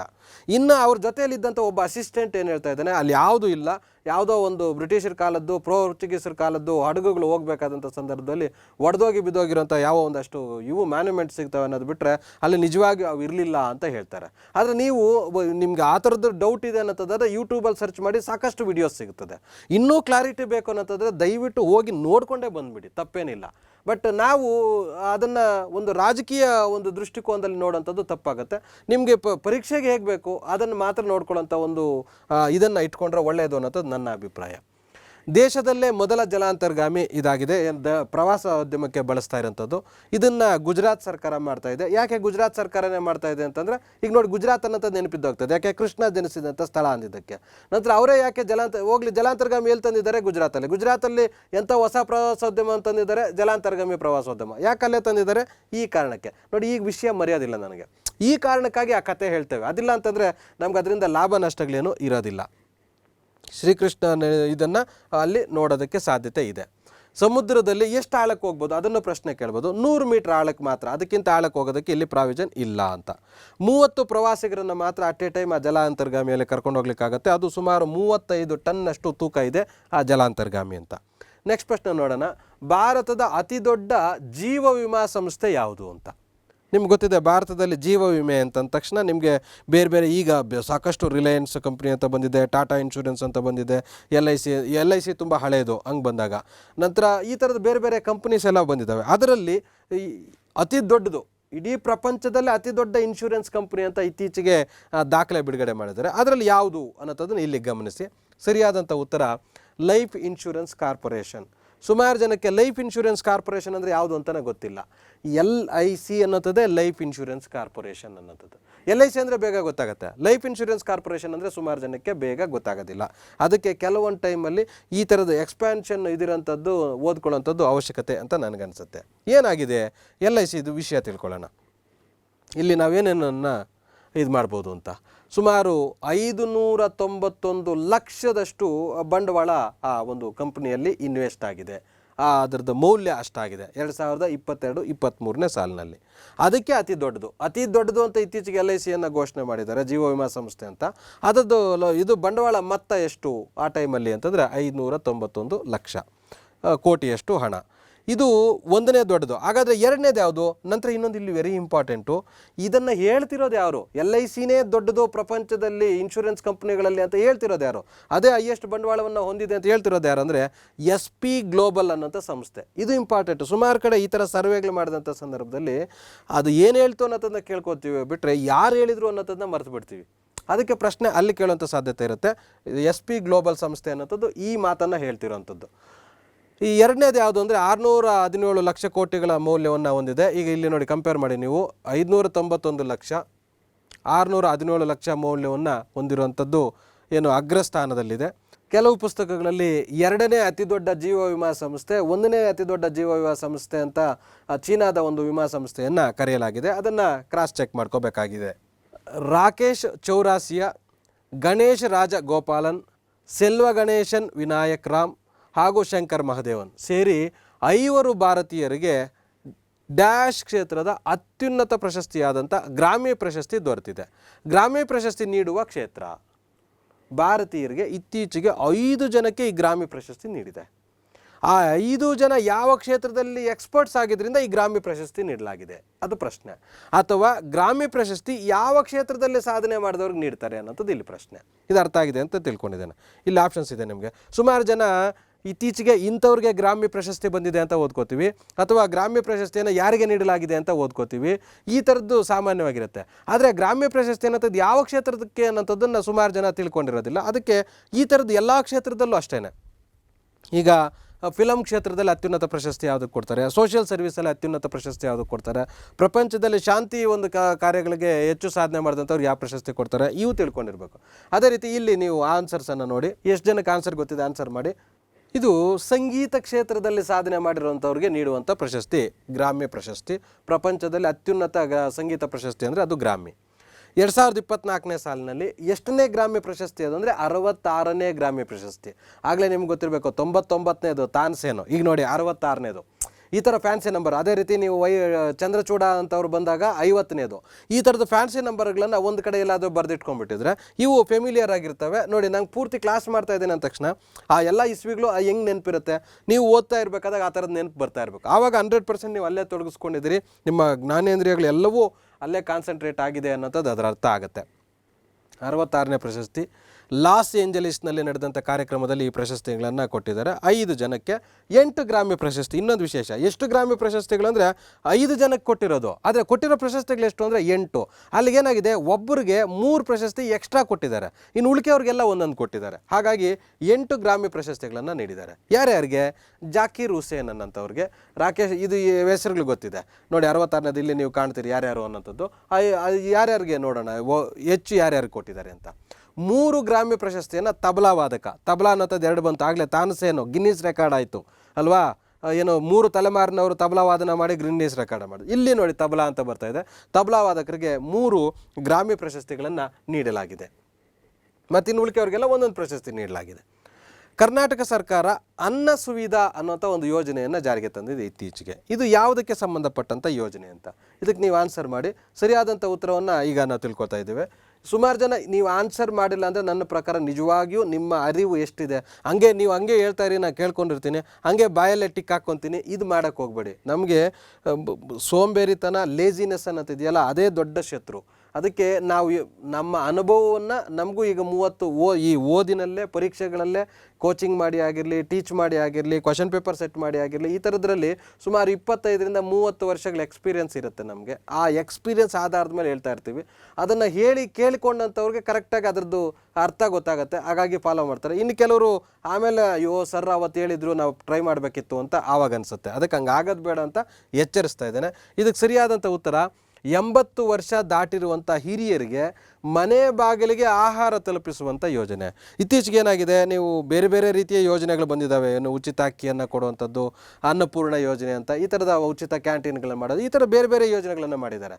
ಇದೊಂದು ಹೊಸ ಯೋಜನೆ ಏನಂದರೆ 80+ ಆಗಿರೋಂಥವ್ರಿಗೆ, 80 ವರ್ಷಕ್ಕಿಂತ ಹೆಚ್ಚು ಏಜ್ ಆಗಿರೋಂಥವ್ರಿಗೆ, ಅವರು ಎಲ್ಲಿ ರೇಷನ್ ಶಾಪಿಗೆ ಬರಲಿಕ್ಕಾಗೋದಿಲ್ಲ, ಅಥವಾ ಅಣ್ಣ ಕ್ಯಾಂಟೀನು, ಇನ್ನೊಂದು ಆ ಥರದ ಕ್ಯಾಂಟೀನ್, ಇಂದಿರಾ ಕ್ಯಾಂಟೀನು, ಆ ಥರದ ಕ್ಯಾಂಟೀನ್ಗಳಿಗೆ ಬಂದು ಊಟ ಮಾಡಲಿಕ್ಕಾಗೋದಿಲ್ಲ ಅಂಥವ್ರಿಗೆ ಮನೆ ಬಾಗಿಲಿಗೆ ತಲುಪಿಸುವಂಥ ಒಂದು ಕಾರ್ಯಕ್ರಮ ಈ ಸುವಿಧಾ ಅನ್ನೋಂಥ ಯೋಜನೆಯನ್ನು ಕರ್ನಾಟಕ ಸರ್ಕಾರ ಜಾರಿಗೆ ತಂದಿದೆ. ಯಾವ ಕೇಂದ್ರ ಸಚಿವಾಲಯವು ಪ್ರಧಾನಿ ವಿಶ್ವಕರ್ಮ ಯೋಜನೆಯನ್ನು ಜಾರಿಗೊಳಿಸುತ್ತಿದೆ? ಇತ್ತೀಚೆಗೆ ತುಂಬ ಚರ್ಚೆಯಲ್ಲಿರುವಂಥದ್ದು. ಹೆಚ್ಚು ಜನಕ್ಕೆ ಸೆಲ್ಫ್ ಎಂಪ್ಲಾಯ್ಮೆಂಟ್ ಮಾಡಿಕೊಳ್ಳಿಕ್ಕೆ ಸ್ಕಿಲ್ಡ್ ವರ್ಕರ್ಸ್ ಯಾರಿದ್ದಾರೆ ಅಂಥವ್ರಿಗೆ ಈ ವಿಶ್ವಕರ್ಮ ಯೋಜನೆಯ ಮುಖಾಂತರ ಸಾಕಷ್ಟು ಸಾಲ ಸೌಲಭ್ಯವನ್ನು ನೀಡಲಾಗ್ತಾ ಇದೆ. ಅದರಿಂದಾಗಿ ಆ ಇಲಾಖೆ ಯಾರು ಆ ಒಂದು ಕಾರ್ಯಕ್ರಮವನ್ನು ಇಂಪ್ಲಿಮೆಂಟ್ ಮಾಡಿದ್ದಾರೆ ಅನ್ನೋಂಥದ್ದು. ಸರಿಯಾದಂಥ ಉತ್ತರವನ್ನು ಆಯ್ಕೆ ಮಾಡಿ. ನೆಕ್ಸ್ಟ್ ಪ್ರಶ್ನೆ, ಅಧ್ಯಕ್ಷೆ ದ್ರೌಪದಿ ಮುರ್ಮು ಅವರು ಸರ್ಕಾರಿ ನೇಮಕಾತಿ ಪರೀಕ್ಷೆಗಳಲ್ಲಿ ಅವ್ಯವಹಾರಗಳನ್ನು ತಡೆಗಟ್ಟುವ ಉದ್ದೇಶದಿಂದ ಸಾರ್ವಜನಿಕ ಪರೀಕ್ಷೆಗಳಲ್ಲಿ ಯಾರಾದರೂ ನಕಲು ಮಾಡುವಂಥದ್ದು, ಇನ್ನೇನಾದರೂ ಮಾಡಿದ್ದೇ ಆದರೆ ಮಸೂದೆ, ಹೊಸದಾದಂಥ ಒಂದು ಕಾಯ್ದೆಯನ್ನು ಮಾಡಿದ್ದಾರೆ. ಆ ಮಸೂದೆ 2024ರಲ್ಲಿ ಒಪ್ಪಿಗೆ ನೀಡಿದ್ದಾರೆ. ಅದು ಮಸೂದೆ ಪ್ರಕಾರ ಏನು ಹೇಳ್ತದೆ ಅಂತಂದರೆ, ಅಪರಾಧವು 3ರಿಂದ 10 ವರ್ಷಗಳವರೆಗೆ ಜೈಲು ಶಿಕ್ಷೆ. ಆ ಥರದ್ದೇನೋ ನಕಲು ಮಾಡೋಂಥದ್ದು ಸಿಕ್ಕಾಕ್ಕೊಂಡ್ರೆ, ಕ್ವಶನ್ ಪೇಪರ್ ಔಟ್ ಮಾಡಿ ಸಿಕ್ಕಾಕ್ಕೊಂಡ್ರೆ, ಎಕ್ಸಾಮ್ ಹಾಲಲ್ಲಿ ಹೆಲ್ಪ್ ಮಾಡಿ ಸಿಕ್ಕಾಕ್ಕೊಂಡ್ರೆ, ಈ ಥರದ್ದು ಏನಾದರೂ ಪರೀಕ್ಷೆ ಅಕ್ರಮಗಳಲ್ಲಿ ತೊಡಗಿರೋಂಥವ್ರು, ಇತ್ತೀಚೆಗೆ ಎಲ್ಲ ಸ್ಪರ್ಧಾರ್ಥಿಗಳಿಗೂ ಬಹುಶಃ ಇದು ಕಾಯ್ದೆ ಬೇಕಿತ್ತು ಅಂತ ಅನಿಸ್ತಾ ಇದೆ. ಸುಮಾರು ಜನಕ್ಕೆ, ಯಾಕೆಂದರೆ ಇತ್ತೀಚೆಗೆ ನಾವು PSI ಹಗರಣಗಳು, KPSC ಹಗರಣಗಳು, ಈ ಥರದ ಬೇರೆ ಬೇರೆ ಹಗರಣಗಳನ್ನು ನೋಡ್ತಾ ಇದ್ದೀವಿ. ಪ್ರತಿ ಪರೀಕ್ಷೆ ನಡೆದಾಗಲೂ ಸಾಕಷ್ಟು ಈ ಥರದ ಹಗರಣಗಳ ಬಗ್ಗೆ ಇತ್ತೀಚೆಗೆ ಸಾಕಷ್ಟು ಸುದ್ದಿ ಆಗ್ತಾ ಇರುತ್ತೆ. ಅದರಿಂದಾಗಿ ಸೀರಿಯಸ್ನೆಸ್ ಇಲ್ಲ. ಒಂದು ಸರಿ ಏನಾದರೂ ಆ ಥರ ಪರೀಕ್ಷೆ ನಕಲು ಮಾಡಿ ಸಿಕ್ಕಾಕೊಳ್ಳೋಂಥವ್ರಿಗೆ ಪನಿಷ್ಮೆಂಟ್ ಹೆಂಗೆ ಕೊಡಬೇಕು, ಎಷ್ಟು ದುಡ್ಡು ಅವ್ರಿಗೆ ಇದಾಕಬೇಕು, ಎಷ್ಟು ವರ್ಷ ಜೈಲು ಶಿಕ್ಷೆ ಹಾಕಬೇಕು, ಈ ಥರದ್ದು ಹಿಂದೆ ಆ ಥರದ ಪರೀಕ್ಷಾ ಅಕ್ರಮಗಳು ಕಡಿಮೆ ಇತ್ತು, ಆವಾಗ ಅದಕ್ಕೆ ಕಾಯ್ದೆಗಳ ಕೊರತೆ ಇತ್ತು. ಅದರಿಂದಾಗಿ ಈಗ ಹೊಸ ಕಾಯ್ದೆಯನ್ನು ಮಾಡಿದರೆ, ಇದು ಸೆಂಟ್ರಲ್ ಗೌರ್ಮೆಂಟೇ ಮಾಡಿಬಿಟ್ಟಿದೆ. ಆ ಥರದ್ದು ಮಾಡಿದಂಥ ಇದನ್ನು ಸ್ಟೇಟ್ ಗೌರ್ಮೆಂಟ್ಗಳು ಇಂಪ್ಲಿಮೆಂಟ್ ಮಾಡ್ಕೊಂಡಿದ್ದೆ ಆದರೆ ಈ ಥರದ ಪರೀಕ್ಷೆಗಳನ್ನು ನಕಲು ಮಾಡೋದಕ್ಕೆ ಬೇರೆಯವರು ಎದುರ್ತಾರೆ. ಯಾಕೆಂದರೆ ಇಲ್ಲಿ ನೀವು ಗಮನಿಸಿ, 3ರಿಂದ 10 ವರ್ಷ ಜೈಲು ಶಿಕ್ಷೆ ಆಗುತ್ತೆ. ಒಬ್ಬ ಎಂಪ್ಲಾಯಿ ಅಥವಾ ಯಾವುದೇ ವ್ಯಕ್ತಿ ಈ ಥರ 10 ವರ್ಷ ಜೈಲಲ್ಲಿ ಕೊಳಿತಾನೆ ಅಂತಂದರೆ ಉಳಿಕೆಯವರು ಹೆದರ್ತಾರೆ. ಅದ್ರ ಜೊತೆಗೆ ಫೈನನ್ನು ಹಾಕ್ತಾ ಇದ್ದಾರೆ. ಆ ಫೈನ್ ಎಷ್ಟು ಅನ್ನೋಂಥದ್ದು ಇಲ್ಲಿ ಪ್ರಶ್ನೆ. ಎಷ್ಟು ಜನಕ್ಕೆ ಗೊತ್ತಿದೆ ಇದಕ್ಕೆ ಆನ್ಸರ್ ಮಾಡಿ. 10 ಲಕ್ಷದಿಂದ 1 ಕೋಟಿ, ನನ್ನ ಪ್ರಕಾರ 1 ಕೋಟಿ ಅಲ್ಲ 10 ಕೋಟಿನ ಹಾಕ್ಬಿಡ್ಬೇಕು ಅವ್ರ ಜೀವಮಾನ ಪೂರ್ತಿ. ಯಾಕಂದರೆ ಎಷ್ಟೋ ಶ್ರಮಜೀವಿಗಳ, ಎಷ್ಟೋ ತಂದೆ ತಾಯಿಗಳ, ಎಷ್ಟೋ ಬಡ ಜನರ ಒಂದು ಕನಸಾಗಿರುತ್ತೆ ಒಂದು ಸರ್ಕಾರಿ ಉದ್ಯೋಗ ಪಡೆಯೋದು ಅಂತ. ಕಷ್ಟಪಟ್ಟವ್ರು, ನನಗಿಂತ ಚೆನ್ನಾಗಿ ಓದಿರೋಂಥವ್ನಿಗೆ ಉದ್ಯೋಗ ಸಿಕ್ಕಿದ್ರೆ ಯಾವತ್ತೂ ಓದೋಂಥವ್ರಿಗೆ ಬೇಜಾರಾಗೋದಿಲ್ಲ. ಆದರೆ ನಾನು ಕಷ್ಟಪಟ್ಟು ರಾತ್ರಿ ಆಗಲೂ ಎಣ್ಣೆ ಕಣ್ಣು ಬಿಟ್ಕೊಂಡು ಓದಿ ಪುಸ್ತಕಗಳು ಯಾರೋ ಮಾಡಿ ಏನೇನೋ ಮಾಡಿ ಓದ್ಕೊಂಡಿರ್ತೇನೆ, ಯಾರೋ ಒಬ್ಬ ನಕಲು ಮಾಡಿ ಅಡ್ಡದಾರಿಯಲ್ಲಿ ಬಂದು ನನಗಿಂತ ಮುಂಚೆ ಜಾಬ್ ತಗೋತಾನೆ ಅಂದರೆ ಅದಕ್ಕಿಂತ ಬಹುಶಃ ತುಂಬ ದುಃಖದಾಯಕವಾದಂಥ ಒಂದು ಇದು ಇನ್ನೊಂದು ಇರಲಿಕ್ಕಿಲ್ಲ. ಅದಕ್ಕೆ ಅಂಥವ್ರು ಪನಿಷ್ಮೆಂಟ್ ಆಗಲೇಬೇಕು. ಆ ಪನಿಷ್ಮೆಂಟ್ ಆಗೋವಂಥ ರೀತಿಯಲ್ಲಿ ಸೆಂಟ್ರಲ್ ಗೌರ್ಮೆಂಟ್ ಈ ಥರದ ಕಾರ್ಯಕ್ರಮವನ್ನು ಜಾರಿಗೆ ತಂದಿದೆ. ಸ್ಟೇಟ್ ಗೌರ್ಮೆಂಟ್ಗಳು ಇದನ್ನು 10 ಲಕ್ಷ ತೆಗೆದುಬಿಟ್ಟು 1 ಕೋಟಿನೇ ಹಾಕಿ, ಇಲ್ಲಿ 3ರಿಂದ 10 ವರ್ಷ ಅಂತ ಇದೆ, ಬೇಡ ಅವ್ರಿಗೆ ಜೀವಾವಧಿ ಶಿಕ್ಷೆನೇ ಹಾಕಿ. ಇನ್ನೊಬ್ರು ಯಾರು ಈ ಥರದ ಅಕ್ರಮ ಮಾಡೋಕ್ಕೆ ಬರಬಾರ್ದು, ಅದನ್ನು ನೆನೆಸ್ಕೊಂಡ್ರೆ ಹೆದರಬೇಕು. ಆ ಥರದ ಒಂದು ಶಿಕ್ಷೆಯನ್ನು ಕೊಡುವಂಥದ್ದು ಒಳ್ಳೆಯದು ಅನ್ನೋದು ನನ್ನ ಅಭಿಪ್ರಾಯ. ನೋಡಿ, ಈಗಾಗಲೇ ನನಗೆ ಇದಕ್ಕೆ ಹೆಂಗೆ ಕನೆಕ್ಟ್ ಆಗ್ತಾ ಇದ್ದೇನೆ ಅಂತ. ಇದರಿಂದ ಏನಾಗುತ್ತೆ, ನನಗೆ ಎಷ್ಟು ವರ್ಷಗಳ ಜೈಲು ಶಿಕ್ಷೆ ಇದೆ, ಎಷ್ಟು ದಂಡ ಇದೆ ಅಂತ ಗೊತ್ತಾಗುತ್ತೆ. ಮತ್ತು ಇದು ಪ್ರಾಕ್ಟಿಕಲ್ ಆಗು ನನಗೆ ನೆನಪು ಉಳಿಯುವಂಥ ವಿಷಯ ಆಗಿರುತ್ತೆ. ಭಾರತದ ಮಾನವ ಸಹಿತ ಬಾಹ್ಯಾಕಾಶ ಮಿಷನ್ ಗಗನಯಾನಕ್ಕೆ ಆಯ್ಕೆಯಾದ ಗಗನಯಾತ್ರಿಗಳನ್ನು ಇತ್ತೀಚೆಗೆ ಪ್ರಧಾನಿಯವರು ಮಾತಾಡಿಸಿದರು. ಅವರು ಎಲ್ಲಿ ತಿರುವನಂತಪುರಂನಲ್ಲಿರುವಂಥ ವಿಕ್ರಮ್ ಸಾರಾಭಾಯಿ ಬಾಹ್ಯಾಕಾಶ ಕೇಂದ್ರದಲ್ಲಿ ನಡೆದ ಕಾರ್ಯಕ್ರಮವೊಂದರಲ್ಲಿ ಅವ್ರನ್ನ ಅಭಿನಂದಿಸಿದರು. ಯಾರನ್ನ? ಆ ಗಗನಯಾತ್ರಿಗಳನ್ನು. ಹಾಗಾದರೆ ಗಗನಯಾನಕ್ಕೆ ಆಯ್ಕೆಯಾದವರು ಎಷ್ಟು ಜನ ಅಥವಾ ಯಾರ್ಯಾರು ಅನ್ನೋಂಥದ್ದು ಇಲ್ಲಿ ಪ್ರಶ್ನೆ. ಎಷ್ಟು ಜನಕ್ಕೆ ಇದು ಆನ್ಸರ್ ಗೊತ್ತಿದೆ? ಸುಮಾರು ಜನಕ್ಕೆ ಆನ್ಸರ್ ಗೊತ್ತಿರುತ್ತೆ ಅಂತ ಭಾವಿಸಿದ್ದೇನೆ, ಯಾಕೆಂದರೆ ಇದನ್ನು ಓದ್ಕೊಂಡಿರ್ತೀರಿ. ಆದರೆ ನೆಕ್ಸ್ಟ್ ಇನ್ನೊಂದು ಕ್ರಾಸ್ ಕ್ವಶನ್ ಕೇಳ್ತೇನೆ, ನೋಡೋಣ ಎಷ್ಟು ಜನ ಆನ್ಸರ್ ಮಾಡ್ತೀರಿ ಅಂತ. ಇದಕ್ಕೆ ಸರಿಯಾದಂಥ ಉತ್ತರ ಹಾಕಿದ್ದೀರಾ ಅಂತ ಭಾವಿಸಿದ್ದೇನೆ. ಸರಿಯಾದಂಥ ಉತ್ತರ 1, 2, 3, 4. ಪ್ರಶಾಂತ್ ಬಾಲಕೃಷ್ಣನ್ ನಾಯರ್, ಅಜಿತ್ ಕೃಷ್ಣನ್, ಅಂಗದ್ ಪ್ರತಾಪ್, ಶುಭಾಂಶು ಶುಕ್ಲಾ, ಈ 4 ಜನರನ್ನು ಗಗನಯಾನಕ್ಕೆ ನೆಕ್ಸ್ಟ್ ಇಯರ್ 2025ರಲ್ಲಿ ಗಗನಯಾನ ನಡೆಯಲಿದೆ. ಆ ಗಗನಯಾನದಲ್ಲಿ ಚಂದ್ರನ ಮೇಲಕ್ಕೆ ಹೋಗುವಂಥವರಲ್ಲ ಇವರು. ಇದು ಚೆನ್ನಾಗಿ ಗೊತ್ತಿರಲಿ. ಮಾನವ ಸಹಿತ ಚಂದ್ರಯಾನ ಒಂದು ಪ್ಲ್ಯಾನ್ ಇದೆ, ಬಟ್ ಇದು ಬೇರೆ. ಇದು ಆಕಾಶದಲ್ಲಿ ಹೋಗಿ ಅಲ್ಲಿ ಬೇರೆ ಅಧ್ಯಯನ ತೊಡಗಿಸಿ ಮತ್ತೆ ವಾಪಸ್ ಬರೋಂಥದ್ದು. ಇದು ಚಂದ್ರಯಾನ 4 ಅಲ್ಲ, ಇದು ಬೇರೆ. ಇದು ಗಗನಯಾನ ಅಂತಾನೆ. ಆಕಾಶಕ್ಕೆ ಇವ್ರನ್ನ ಕಳಿಸಿ ಮತ್ತೆ ರಿಟರ್ನ್ ತರೋಂಥದ್ದು. ಅದು ದೊಡ್ಡ ವಿಚಾರ ಆಗಿದೆ. ಆದರೆ ನನ್ನ ಪ್ರಶ್ನೆ ಇಲ್ಲೇನಪ್ಪ ಅಂದರೆ, 4 ಜನ ಇದ್ದಾರಲ್ಲ, ಈ 4 ಜನರಲ್ಲಿ ಒರಿಜಿನಲ್ ಆಗಿ ಎಷ್ಟು ಜನ ಗಗನಯಾನಕ್ಕೆ ಹೋಗ್ತಾರೆ? ಅದೇನು ಸರ್ ಇಲ್ಲೇ ತೋರಿಸಿದ್ರಿ 4 ಜನ ಅಂತ? 4 ಜನ ಹೋಗ್ತಾರೆ?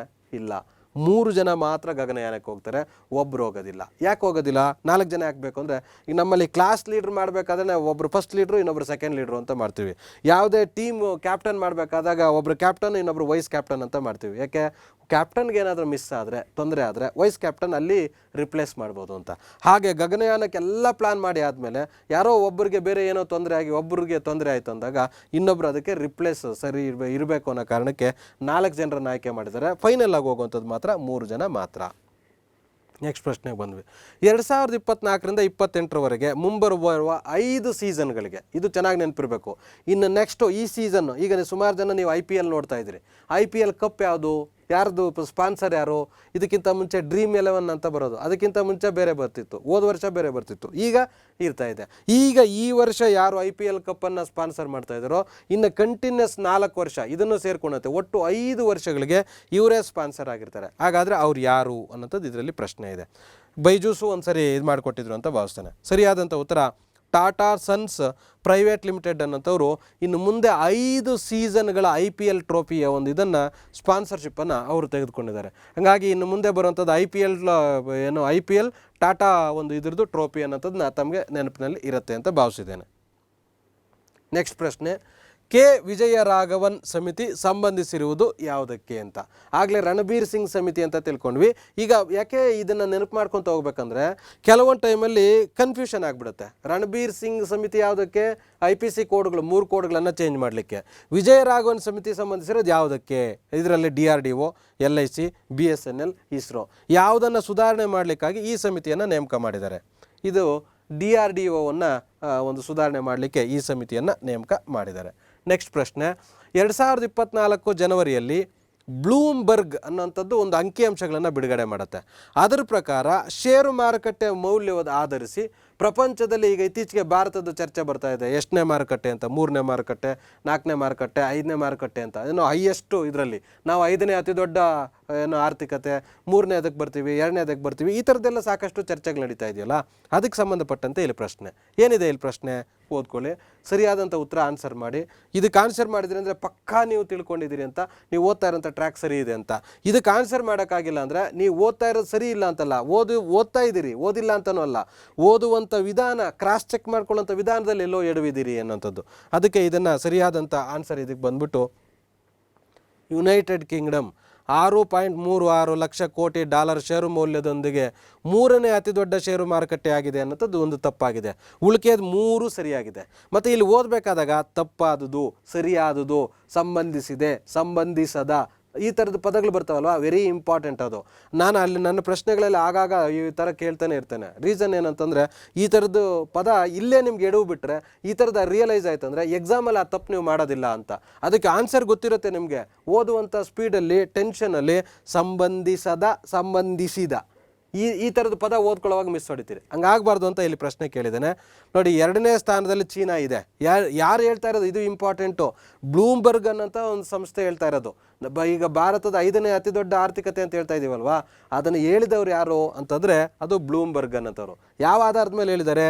ಷೇರು ಮಾರುಕಟ್ಟೆಯ ಮೌಲ್ಯದ ಆಧಾರದ ಮೇಲೆ ಹೇಳಿದ್ದಾರೆ. ಅದನ್ನು ನೋಡಿ, 2ನೇ ಸ್ಥಾನದಲ್ಲಿ ಚೀನಾ ಇದೆ. ಅದರದ್ದು 8.44 ಲಕ್ಷ ಕೋಟಿಯಷ್ಟು ಡಾಲರ್ ಅದರ ಷೇರು ಮಾರುಕಟ್ಟೆ ವ್ಯಾಲ್ಯೂ ಆಗಿದೆ. ಪ್ರಸ್ತುತ ಅಮೆರಿಕವು 5.86 ಲಕ್ಷ ಕೋಟಿ ಡಾಲರ್ ಮೊತ್ತ ಇದ್ದು ಅದು ಫಸ್ಟ್ ಪ್ಲೇಸಲ್ಲಿದೆ. ಭಾರತ 4.33 ಲಕ್ಷ ಕೋಟಿ ಇದ್ದು ಷೇರು ಮೌಲ್ಯದಿಂದ ಹಾಂಗ್ಕಾಂಗನ್ನು ಹಿಂದಿಕ್ಕುವ ಮೂಲಕ ವಿಶ್ವದ 4ನೇ ಅತಿ ದೊಡ್ಡ ಷೇರು ಮಾರುಕಟ್ಟೆ ಆಗಿದೆ ಅನ್ನೋದನ್ನ ಹೇಳ್ತಾ ಇದೆ. ಇದು ನಿಮಗಿಲ್ಲಿ ಅರ್ಥ ಆಗಬೇಕು. ಅತಿ ದೊಡ್ಡ ಆರ್ಥಿಕತೆ ಅಂದಾಗ ಅದು 5ನೇದಕ್ಕೆ ಬರ್ತದೆ, ಇಲ್ಲಿ 4ನೇದು ಇರೋಂಥದ್ದು ಷೇರು ಮಾರುಕಟ್ಟೆ ವ್ಯಾಲ್ಯೂದಲ್ಲಿ. ಇಲ್ಲಿ ಕನ್ಫ್ಯೂಷನ್ ಆಗಬಾರ್ದು. ಆರ್ಥಿಕತೆಗೆ ಬಂದಾಗ, ಷೇರು ಮಾರ್ಕೆಟಿಗೆ ಬಂದಾಗ ಇದನ್ನು ಯಾರು ಹೇಳಿದರು ಅನ್ನೋಂಥದ್ದು ಇಂಪಾರ್ಟೆಂಟು. ನೆಕ್ಸ್ಟ್ ಪ್ರಶ್ನೆ, 2013ರಿಂದ 2023 ಅವಧಿಯಲ್ಲಿ ಒಟ್ಟು 24.8 ಕೋಟಿ ಭಾರತೀಯರು ಬಡತನ ರೇಖೆಯಿಂದ ಹೊರಬಂದಿದ್ದಾರೆ ಎಂದು ನೀತಿ ಆಯೋಗ ಸಿದ್ಧಪಡಿಸಿದ ಬಹು ಆಯಾಮ ಬಡತನ ಅಳತೆ ಆಧಾರದಲ್ಲಿ ತಿಳಿಸಿದೆ. ಈ ಬಹು ಆಯಾಮಗಳಲ್ಲಿ ಇಲ್ಲದಿರುವುದು ಯಾವುದು ಅಂತ ಇಲ್ಲಿ ಪ್ರಶ್ನೆ ಕೇಳಿದೆ. ಮೊದಲಿಗೆ ಪ್ರಶ್ನೆ ಎಷ್ಟು ಜನಕ್ಕೆ ಅರ್ಥ ಆಯಿತೋ ಗೊತ್ತಿಲ್ಲ, ಇನ್ನೊಂದು ಸರಿ ತಿಳ್ಕೊಬೇಕು. ಪ್ರಶ್ನೆಯನ್ನು ಫಸ್ಟು ನೀವು ಪ್ರಶ್ನೆ ಕ್ಲಿಯರಾಗಿ ಅರ್ಥ ಮಾಡ್ಕೊಂಡ್ರೆ ಅಂದರೆ 0.5% ಆನ್ಸರ್ ಬಂತು ಅಂತ. ಅದಕ್ಕೆ ಸುಮಾರು ಜನ ಕ್ವಶನ್ ಅರ್ಥ ಮಾಡ್ಕೊಳ್ಳೋದ್ರಲ್ಲೇ ಎಡುತ್ತೀವಿ. ಅದಕ್ಕೆ ನೀವು ಫಸ್ಟ್ ಮಾಡಬೇಕಾಗಿರೋದೆ ಕ್ವಶನ್ ಎಕ್ಸಾಕ್ಟ್ ಪಿನ್ ಪಾಯಿಂಟ್, ಏನು ಬುಲೆಟ್ ಗನ್ ನೋಡಿದ್ರೆ ಬರ್ತದಲ್ಲ ಆ ಥರ ಒರಿಜಿನಲ್ ಏನು ಕೇಳ್ತಾ ಇದೆ, ಎಕ್ಸಾಕ್ಟ್ ಏನು ಕೇಳ್ತಾ ಇದೆ ಅಂತ ತಿಳ್ಕೊಬೇಕು. ಏನು ಹೇಳ್ತಾ ಇದೆ ಇಲ್ಲಿ? 2013ರಿಂದ 23 ಅಂದರೆ 10 ವರ್ಷಗಳ ಪೀರಿಯಡಲ್ಲಿ 24.8 ಕೋಟಿಯಷ್ಟು ಜನ ಬಡತನ ರೇಖೆಯಲ್ಲಿದ್ದಂಥವ್ರು. ಅಂದರೆ 24.8 ಕೋಟಿ ಜನ ಬಡತನದಲ್ಲಿ ಇದ್ದರು. ಈ 10 ವರ್ಷಗಳಲ್ಲಿ ಇವರು ಬಡತನವನ್ನು ಬಿಟ್ಟು ಮೇಲೆ ಬಂದಿದ್ದಾರೆ, ಸಾಮಾನ್ಯ ವರ್ಗಕ್ಕೆ ಬಂದಿದ್ದಾರೆ. ಈಗ ಇಷ್ಟು ಜನ ಬಡವರು ಅಲ್ಲ ಅನ್ನೋಂಥದ್ದನ್ನ ಹೇಳ್ತಾ ಇದೆ. ಹೇಳ್ತಾ ಇರೋಂಥದ್ದಕ್ಕೇನು, ಬಡತನ ರೇಖೆ ಇದನ್ನು ಏನು ಒಂದು ಸ್ಟ್ಯಾಂಡರ್ಡ್ ಇತ್ತಲ್ಲ ಅದನ್ನು ಇಲ್ಲಿ ಬದಲಾವಣೆ ಮಾಡಿದ್ದಾರೆ. ಅದರ ಪ್ರಕಾರ ಇವರು 24.8 ಜನ ಬಡವರಲ್ಲ ಅಂತ ಈಗ ಹೇಳ್ತಾ ಇದೆ. ಯಾರು ಹೇಳ್ತಾ ಇರೋದು? ನೀತಿ ಆಯೋಗ. ನೀತಿ ಆಯೋಗ ಯಾವ ಆಧಾರದ ಮೇಲೆ ಹೇಳ್ತದೆ? ಹೆಂಗೆ ಬಡವರಲ್ಲ ಅಂತ ಹೇಳ್ತದೆ. ಈಗ ನಮ್ಮಲ್ಲೇ ಸುಮಾರು ಜನ ಕೇಳಿದ್ರೆ ಬಡವ್ರು ಯಾರು ಅಂತಂದರೆ ತಿನ್ನಕ್ಕೆ ಊಟ ಇಲ್ಲದೆ ಇರೋರು ಬಡವರು ಅಂತ ಹೇಳ್ತೀವಿ, ಮನೆ ಇಲ್ಲದೆ ಇರೋರು ಬಡವರು ಅಂತ ಹೇಳ್ತೀವಿ, ಟ್ರಾನ್ಸ್ಪೋರ್ಟ್ ವೆಹಿಕಲ್ಸು ಸಾಮಾನ್ಯ ಸೌಲಭ್ಯಗಳಿಲ್ಲದೆ ಇರೋರು ಬಡವರು ಅಂತ ಹೇಳ್ತೀವಿ, ಹಾಕ್ಕೊಳ್ಳೋಕೆ ಬಟ್ಟೆ ಇಲ್ಲದೆ ಇರೋಂಥವ್ರು ಬಡವರು, ಮನೆ ಇಲ್ಲದೆ ಇರೋಂಥವ್ರು ಬಡವರು. ಈ ಥರ ಬೇರೆ ಬೇರೆ ವ್ಯಾಖ್ಯಾನಗಳಿದ್ದಾವೆ. ಇವರು ಯಾವ ವ್ಯಾಖ್ಯಾನದಡಿಯಲ್ಲಿ 24.8 ಕೋಟಿ ಜನ ಬಡವರಲ್ಲ ಅಂತ ಹೇಳ್ತಾ ಇದ್ದಾರೆ ನೀತಿ ಆಯೋಗ. ಅದಕ್ಕೆ ಬಹು ಆಯಾಮಗಳು, ಬೇರೆ ಬೇರೆ ಸ್ಕೇಲ್ಸ್ ಇಟ್ಕೊಂಡಿದ್ದಾರೆ ಅವರು. ಆ ಸ್ಕೇಲಲ್ಲಿ ಜಡ್ಜ್ ಮಾಡಿ ಇವರು ಬಡವರಲ್ಲ ಅಂತ ಹೇಳ್ತಾ ಇದ್ದಾರೆ. ಹಾಗಾದರೆ ಆ ಸ್ಕೇಲ್ಗಳು ಅಲ್ಲದೇ ಇರೋದು ಯಾವುದು? ಇದರಲ್ಲಿ 4ರಲ್ಲಿ 3 ಸ್ಕೇಲ್ ಅವರು ಇಟ್ಕೊಂಡಿದ್ದಾರೆ, ಒಂದು ಇಟ್ಕೊಂಡಿಲ್ಲ. ಅದು ಯಾವುದು ಅಂತ? ಒಂದು ಯಾವುದು ಅಂದರೆ ಮೀಸಲಾತಿ ಸೌಲಭ್ಯವನ್ನು ಈ ಸ್ಕೇಲಲ್ಲಿ ಅವರು ಇಟ್ಕೊಂಡಿಲ್ಲ. ಇನ್ನೇನು ಇಟ್ಕೊಂಡಿದ್ದಾರೆ? ಆರೋಗ್ಯ. ಆ ಫ್ಯಾಮಿಲಿಯಲ್ಲಿ ಎಷ್ಟು ಜನ ಆರೋಗ್ಯವಂತರಾಗಿದ್ದಾರೆ 10 ವರ್ಷಗಳಿಂದ, ಅದರಲ್ಲಿ ಗರ್ಭಿಣಿಯರ ಸಾವು, ಮಕ್ಕಳ ಸಾವು, ಈ ಥರದ್ದನ್ನು, ಮತ್ತು ಯಂಗ್ ಏಜಲ್ಲಿರೋಂಥವ್ರಿಗೆ ಬೇರೆ ಬೇರೆ ಕಾಯಿಲೆಗಳು ಬರೋಂಥದ್ದು, ಈ ಸ್ಟ್ಯಾಂಡರ್ಡ್ಸನ್ನು ನೋಡಿ ಅವರು ಆ ಒಂದು ಇದನ್ನು ಪರಿಗಣನೆಗೆ ತಗೊಂಡಿದ್ದಾರೆ. ಎಜುಕೇಷನ್, ಎಷ್ಟು ಜನ ಎಜುಕೇಷನ್ ಪಡೆದಿದ್ದಾರೆ, ಅದು ವ್ಯಾಲ್ಯೂ ಎಜುಕೇಷನ್ ಅನ್ನೋಂಥದ್ದನ್ನ ಇಲ್ಲಿ ಇಂಪಾರ್ಟೆಂಟು. ನೆಕ್ಸ್ಟು ಜೀವನದ ಗುಣಮಟ್ಟ, ಸ್ಟ್ಯಾಂಡರ್ಡ್ ಆಫ್ ಲಿವಿಂಗ್ ಅನ್ನೋಂಥದ್ದು ಯಾವ ಮಟ್ಟಕ್ಕಿದೆ. ಸ್ಟ್ಯಾಂಡರ್ಡ್ ಆಫ್ ಲಿವಿಂಗ್ ಅಂದರೆ ಸುಮಾರು ಜನಕ್ಕೆ ಗೊತ್ತಿಲ್ಲ. ಫೋನ್ ಇದೆ, ಮಾಮೂಲಿ ಫೋನ್, ಅದು ಕೀಪ್ಯಾಡ್ ಫೋನ್ ಇತ್ತು ಅಂದರೆ ಅದು ಸ್ಟ್ಯಾಂಡರ್ಡ್ ಆಫ್ ಲಿವಿಂಗಲ್ಲಿ ಕಡಿಮೆ ಅಂತ. ಅದೇ ಟಚ್ ಸ್ಕ್ರೀನ್ ಬಂತು ಅಂದರೆ ಸ್ಟ್ಯಾಂಡರ್ಡ್ ಆಫ್ ಲಿವಿಂಗಲ್ಲಿ ಜಾಸ್ತಿ ಆಯಿತು ಅಂತ. ಮಾಮೂಲಿ ನಮ್ಮ ಬೋರು, ಬಾವಿ, ಕೆರೆಯಲ್ಲಿ ಸಿಗುವಂಥ ನೀರನ್ನು ಹಾಗೇ ಕುಡಿತಾ ಇದ್ದಾರೆ ಅಂತಂದರೆ ಅವರು ಬಡವರು ಅಂತ. ಅದೇ ಅದನ್ನು ಬಿಟ್ಟು ಬಿಸ್ಲರಿ ನೀರನ್ನು ಕುಡಿದ್ರು, ಫಿಲ್ಟರ್ ನೀರನ್ನು ಕುಡಿದ್ರು ಅಂದರೆ ಸ್ಟ್ಯಾಂಡರ್ಡ್ ಆಫ್ ಲಿವಿಂಗ್ ಜಾಸ್ತಿ ಆಯಿತು ಅಂತ. ಸಾಮಾನ್ಯ ಈ ಥರದ್ದು ಸ್ಟ್ಯಾಂಡರ್ಡ್ ಆಫ್ ಲಿವಿಂಗ್ ಅಂತಂದರೆ, ಕೆಲವರು ವಾಹನದಲ್ಲಿ ಹೋಗ್ತಾ ಇರ್ತಾರೆ, ಸೈಕಲಲ್ಲಿ ಹೋಗ್ತಾ ಇದ್ದಾನೆ ಅಂದರೆ ಆತ ಬಡವ, ಅದೇ ಬೈಕಲ್ಲಿ ಹೋಗ್ತಾನೆ ಅಂದರೆ ಆತನ ಸ್ಟ್ಯಾಂಡರ್ಡ್ ಆಫ್ ಲಿವಿಂಗ್ ಜಾಸ್ತಿ ಆಗಿದೆ ಅಂತ. ಈ ರೀತಿ ಜೀವನ ಗುಣಮಟ್ಟವನ್ನು ಆಧರಿಸಿ ಈ 3 ಆರೋಗ್ಯ, ಶಿಕ್ಷಣ, ಜೀವನ ಗುಣಮಟ್ಟ ಈ 3ನ್ನು ಆಧರಿಸಿ ನೀತಿ ಆಯೋಗ ಈ 3ರ ಆಧಾರದ ಮೇಲೆ ಅಷ್ಟು ಜನ ಬಡತನದಿಂದ ಹೊರಗಡೆ ಬಂದಿದ್ದಾರೆ ಅಂತ ಹೇಳ್ತಾ ಇದೆ. ನೋಡೋಣ ನೀತಿ ಆಯೋಗದ ಬಗ್ಗೆ ತಿಳ್ಕೊಳ್ಳೋಣ. ಗರಿಷ್ಠ ಸಾಧನೆ ಮಾಡಿದಂಥದ್ದು ಏನು, ಈ ಬಡತನ ಇಳಿಕೆ ಕಡಿಮೆ ಆಗಿದಾರಲ್ಲ, 24.8 ಕೋಟಿ ಜನರಲ್ಲಿ ಬಡವರ ಸಂಖ್ಯೆ ಕಡಿಮೆ ಆಗಿರೋದು ಯಾವ ರಾಜ್ಯದಲ್ಲಿ ಜಾಸ್ತಿ ಅಂದರೆ ಇದು ಉತ್ತರ ಪ್ರದೇಶದಲ್ಲಿ ಜಾಸ್ತಿ. ಯಾಕೆಂತಂದರೆ ಉತ್ತರ ಪ್ರದೇಶದಲ್ಲಿ ಜನಸಂಖ್ಯೆ ಜಾಸ್ತಿ, ಅರ್ನಿಂಗ್ಸು ತುಂಬ ಕಡಿಮೆ ಇತ್ತು, ನಂತರ ಅಲ್ಲಿ ಅಡ್ಮಿನಿಸ್ಟ್ರೇಷನ್ನು ತುಂಬ ಸರಿ ಇರಲಿಲ್ಲ. ಆ ಕಾರಣದಿಂದಾಗಿ ಹಿಂದೆ ಸರಿ ಇರಲಿಲ್ಲ, ಈಗ ಸರಿ ಹೋಗಿದೆ ಅಂತ ಅದರ ಪ್ರಕಾರದ ಆಧಾರದಲ್ಲಿ ಈ ಥರದ ಅವರು ಬಡತನದಲ್ಲಿ ಅಲ್ಲಿ ಕಡಿಮೆ ಆಗಿದ್ದಾರೆ ಅಂತ ಇಲ್ಲಿ ತೋರಿಸ್ತಾ ಇದ್ದಾರೆ. ಬಿಹಾರದಲ್ಲಿ ಬಿಮಾರು ರಾಜ್ಯಗಳು ಅಂತ ಕರೀತಾರೆ, ಸಾಮಾನ್ಯವಾಗಿ ನಿಮ್ಗೆ ಗೊತ್ತಾವು ಬಡತನ ರಾಜ್ಯಗಳು ಅಂತ. ಬಿಹಾರದಲ್ಲಿ, ಮಧ್ಯಪ್ರದೇಶದಲ್ಲಿ ಈ 3 ರಾಜ್ಯಗಳಲ್ಲಿ ಕ್ರಮವಾಗಿ 1, 2, 3ನೇದು ಪ್ರಶ್ನೆಯಲ್ಲಿ ಇನ್ನೊಂದು ಅದ್ಭುತವಾಗಿರೋಂಥ ಪ್ರಶ್ನೆ ಕೇಳ್ಬೋದು. ಹೆಂಗೆ ಗೊತ್ತಾ, ಇತ್ತೀಚೆಗೆ ನೀತಿ ಆಯೋಗದ ಪ್ರಕಾರ 24.8 ಕೋಟಿ ಜನ ಬಡತನದಿಂದ ಮುಕ್ತಿ ಹೊಂದಿದ್ದಾರೆ, ಅವರೀಗ ಬಡವರಲ್ಲ, ಬಡವರಿಗಿಂತ ಉನ್ನತ ಸ್ಥಾನಕ್ಕೆ ಹೋಗಿದ್ದಾರೆ ಅಂತ ವರದಿ ಮಾಡಿದೆ. ಹಾಗಾದರೆ ಯಾವ ರಾಜ್ಯದಲ್ಲಿ ಅನುಕ್ರಮವಾಗಿ ಅತಿ ಹೆಚ್ಚು ಬಡವರು ಇದ್ದಂಥವರು ಉನ್ನತ ಸ್ಥಾನಕ್ಕೆ ಬಂದರು ಅಂತ ಕೇಳ್ಬೋದು. ಅದು ಉತ್ತರ ಪ್ರದೇಶದಲ್ಲಿ ಹೈಯೆಸ್ಟ್. ಈ ಥರ ಪ್ರಶ್ನೆ ಕೇಳ್ಬೋದು. ಬಹು ಆಯಾಮಗಳು ಅಂತ ಹೇಳಿದ್ರೆ ಬಹು ಆಯಾಮಗಳಲ್ಲಿ ಒಟ್ಟು 12 ಗ್ರೇಡ್ಸನ್ನು ಇಟ್ಕೊಂಡಿದ್ದಾರೆ, 12 ಸ್ಕೇಲ್ಸನ್ನು.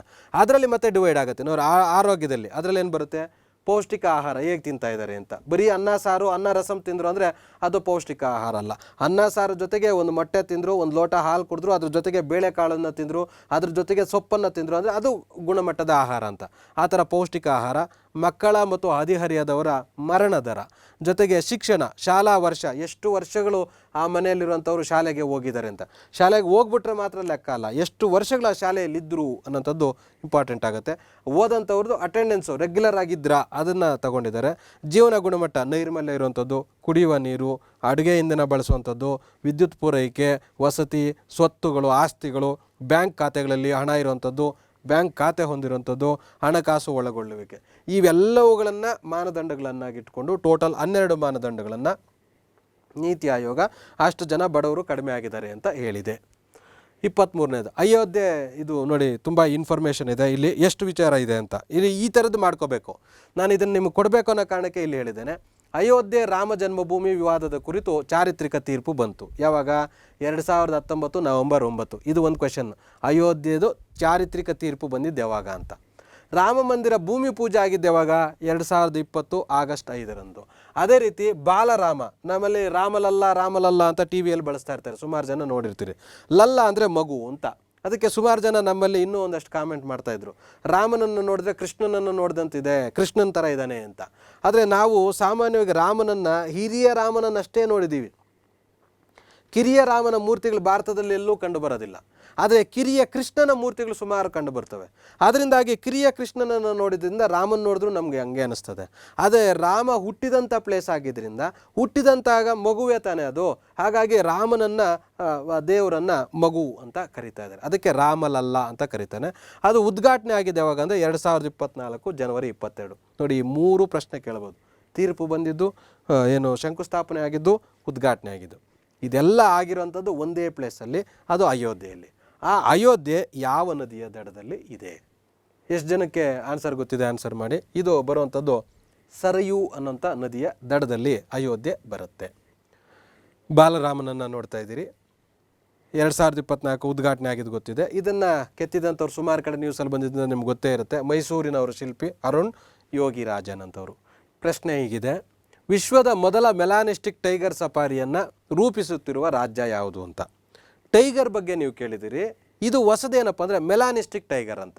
ಇದು ಪ್ರಪಂಚದಲ್ಲಿ ಇನ್ನೆಲ್ಲೂ ಕಂಡು ಬರೋದಿಲ್ಲ. ಭಾರತದ ಈ ಒಂದು ರಾಜ್ಯದಲ್ಲಿ ಮಾತ್ರ, ಈ 4 ರಾಜ್ಯಗಳಲ್ಲಿ ಒಂದು ರಾಜ್ಯದಲ್ಲಿ ಮಾತ್ರ ಕಂಡು ಬರುತ್ತೆ. ಅದಕ್ಕೆ ಅವುಗಳನ್ನು ನೋಡೋದಕ್ಕೆ ಅನುಕೂಲ ಆಗಲಿ ಅಂತ ಅಂದ್ಬಿಟ್ಟು ಮೆಲಾನಿಸ್ಟಿಕ್ ಟೈಗರ್ ಸಫಾರಿ ಅನ್ನೋದನ್ನ ಯೋಜನೆ ಮಾಡಿದ್ದಾರೆ, ಆರ್ಗನೈಸ್ ಮಾಡ್ತಿದ್ದಾರೆ. ಯಾರವರು, ಯಾವ ರಾಜ್ಯ? ಸರಿಯಾದಂಥ ಉತ್ತರ ಒರಿಸ್ಸಾದಲ್ಲಿ. ಏನಿದು ಮೆಲಾನಿಸ್ಟಿಕ್ ಟೈಗರ್ ಅನ್ನೋದನ್ನ ನೋಡೋಣ. ನೋಡಿ, ಇದು ಮೆಲಾನಿಸ್ಟಿಕ್ ಟೈಗರ್. ನಾವು ಸಾಮಾನ್ಯವಾಗಿ ಗಮನಿಸೋದು ಇದು ಟೈಗರ್. ಇದು ಪ್ರಪಂಚದ ಬೇರೆ ಬೇರೆ ದೇಶಗಳಲ್ಲಿ ಕಂಡುಬರ್ತದೆ. ಇದು ಒರಿಸ್ಸಾದಲ್ಲಿ ಬಿಟ್ಟರೆ ಇನ್ನೆಲ್ಲೂ ಕಂಡು ಬರೋದಿಲ್ಲ. ಅದಕ್ಕೆ ಇಂಥ ಹುಲಿಗಳನ್ನು ನೋಡಲಿಕ್ಕೆ ಅನುಕೂಲ ಆಗಲಿ ಅನ್ನೋಂಥ ಸಫಾರಿಯನ್ನು ಒರಿಸ್ಸಾ ಸರ್ಕಾರ ಆಯೋಜನೆ ಮಾಡ್ತಾ ಇದೆ.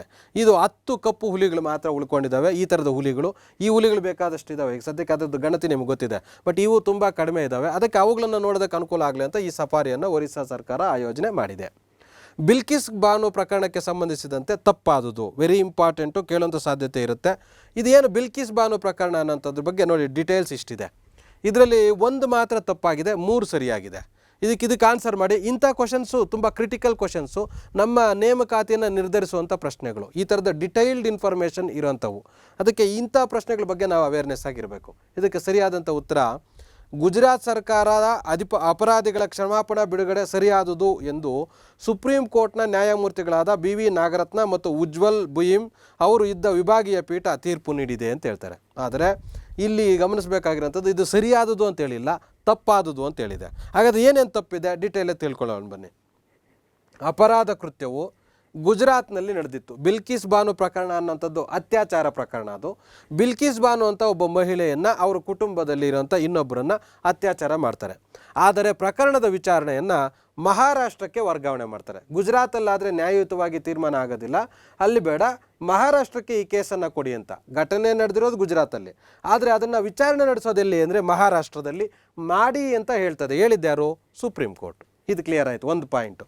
ನಡೆದಿದ್ದು ಗುಜರಾತಲ್ಲಿ, ವಿಚಾರಣೆ ನಡೆದಿದ್ದು ಮಹಾರಾಷ್ಟ್ರ. ಕ್ಲಿಯರ್ ಆಯಿತು. ಮಹಾರಾಷ್ಟ್ರದಲ್ಲಿ ಯಾಕೆ ನಡೀತು? ಗುಜರಾತ್ ಕೋರ್ಟ್ ಹೇಳಿದ್ರಿಂದ. ನೆಕ್ಸ್ಟ್ 2ನೇ ಪಾಯಿಂಟ್. 2020 ಮಾರ್ಚ್ 3ರಂದು ಗುಜರಾತ್ನ ಅಹಮದಾಬಾದ್ನ ರಂದಿಕ್ಪುರ ಅನ್ನೋಂಥ ಗ್ರಾಮದಲ್ಲಿ 21 ವರ್ಷ ವಯಸ್ಸಿನ ಬಿಲ್ಕಿಸ್ ಬಾನು ಮೇಲೆ ಸಾಮೂಹಿಕ ಅತ್ಯಾಚಾರ, ಒಂದು ಯುವಕರ ಗುಂಪು ಅತ್ಯಾಚಾರ ಮಾಡಿ ಇದು ಮಾಡಿರ್ತದೆ. ಆಕೆ ಕೊಲೆ ಆಗುತ್ತೆ, ಸತ್ತೋಗ್ತಾಳಾಕೆ. ಅದನ್ನು ಇಲ್ಲಿ ಮಾಹಿತಿ ಹೇಳ್ತಾನೆ. 2020 ಆಗಸ್ಟ್ 15ರಂದು ಗುಜರಾತ್ ಸರ್ಕಾರದ ಕ್ಷಮಾಪಣೆ ನೀತಿಯಡಿ 11 ಮಂದಿ ದೋಷಿಗಳನ್ನು ಗೋಧ್ರಾ ಕಾರಾಗೃಹದಿಂದ ಬಿಡುಗಡೆ ಮಾಡ್ತಾರೆ. ಈಗ ಈ ಅತ್ಯಾಚಾರ ಮಾಡಿದ್ರಲ್ಲ ಅವ್ರಿಗೆ ಪನಿಷ್ಮೆಂಟ್ ಆಗಿತ್ತು. ಪನಿಷ್ಮೆಂಟ್ ಆಗಿರೋಂಥವ್ರು ಯಾವ ಜೈಲಲ್ಲಿದ್ದರು? ಗುಜರಾತ್ನ ಗೋಧ್ರಾ ಜೈಲಲ್ಲಿದ್ದರು. ಅವ್ರನ್ನ ಏನು ಮಾಡಿದೆ ಇತ್ತೀಚೆಗೆ ಗುಜರಾತ್ ಸರ್ಕಾರ, ಸಾಮಾನ್ಯವಾಗಿ ನಿಮ್ಗೆಲ್ರಿಗೂ ಗೊತ್ತಿದೆ, ಆಗಸ್ಟ್ 15ರಂದು ಸ್ವಾತಂತ್ರ್ಯ ದಿನಾಚರಣೆಯ ಸಂದರ್ಭದಲ್ಲಿ ಈಗಾಗಲೇ ಯಾರು ಜೈಲಲ್ಲಿ ಕೈದಿಗಳಿರ್ತಾರೆ ಅವರ ಒಳ್ಳೆಯ ನಡತೆ ಆಧರಿಸಿ ಕೆಲವರನ್ನು ಜೈಲಿಂದ ಬಿಡುಗಡೆ ಮಾಡ್ತಾರೆ. ಆ ರೀತಿ ಆಗಸ್ಟ್ 15ರಂದು ಈ ಬಿಲ್ಕಿಸ್ ಬಾನು ಅತ್ಯಾಚಾರಿಗಳಾದಂಥ ಈ 11 ಜನರನ್ನು ಗುಜರಾತ್ ಸರ್ಕಾರ ಬಿಡುಗಡೆ ಮಾಡುತ್ತೆ. ಆ ಥರ ಬಿಡುಗಡೆ ಮಾಡಿದ್ದು ತಪ್ಪು ಅಂತ ಅಂದ್ಬಿಟ್ಟು ಯಾರು ಬಿಲ್ಕಿಸ್ ಬಾನು ಬೆಂಬಲಿಗರು, ಆಕೆಗೆ ಸಪೋರ್ಟ್ ಮಾಡೋಂಥವ್ರು ಮತ್ತೆ ಸುಪ್ರೀಂ ಕೋರ್ಟಲ್ಲಿ ಕೇಸ್ ಹಾಕ್ತಾರೆ. ಈ ಥರ ಅತ್ಯಾಚಾರ ಮಾಡಿರೋಂಥವ್ರನ್ನ ಇವ್ರು ಬಿಡುಗಡೆ ಮಾಡಿಬಿಟ್ಟಿದ್ದಾರೆ, ಇದು ತಪ್ಪು ಅಂತ. ಅದಕ್ಕೆ ಸುಪ್ರೀಂ ಕೋರ್ಟ್ ಏನು ಹೇಳುತ್ತೆ? ಹೌದು, ಅದನ್ನು ಬಿಡುಗಡೆ ನೀವು ಮಾಡಬಾರ್ದಾಗಿತ್ತು. ಬಿಡುಗಡೆ ಮಾಡೋಕ್ಕೆ ಅವಕಾಶ ಇಲ್ಲ ಅಂತಲ್ಲ, ಅವಕಾಶ ಇತ್ತು.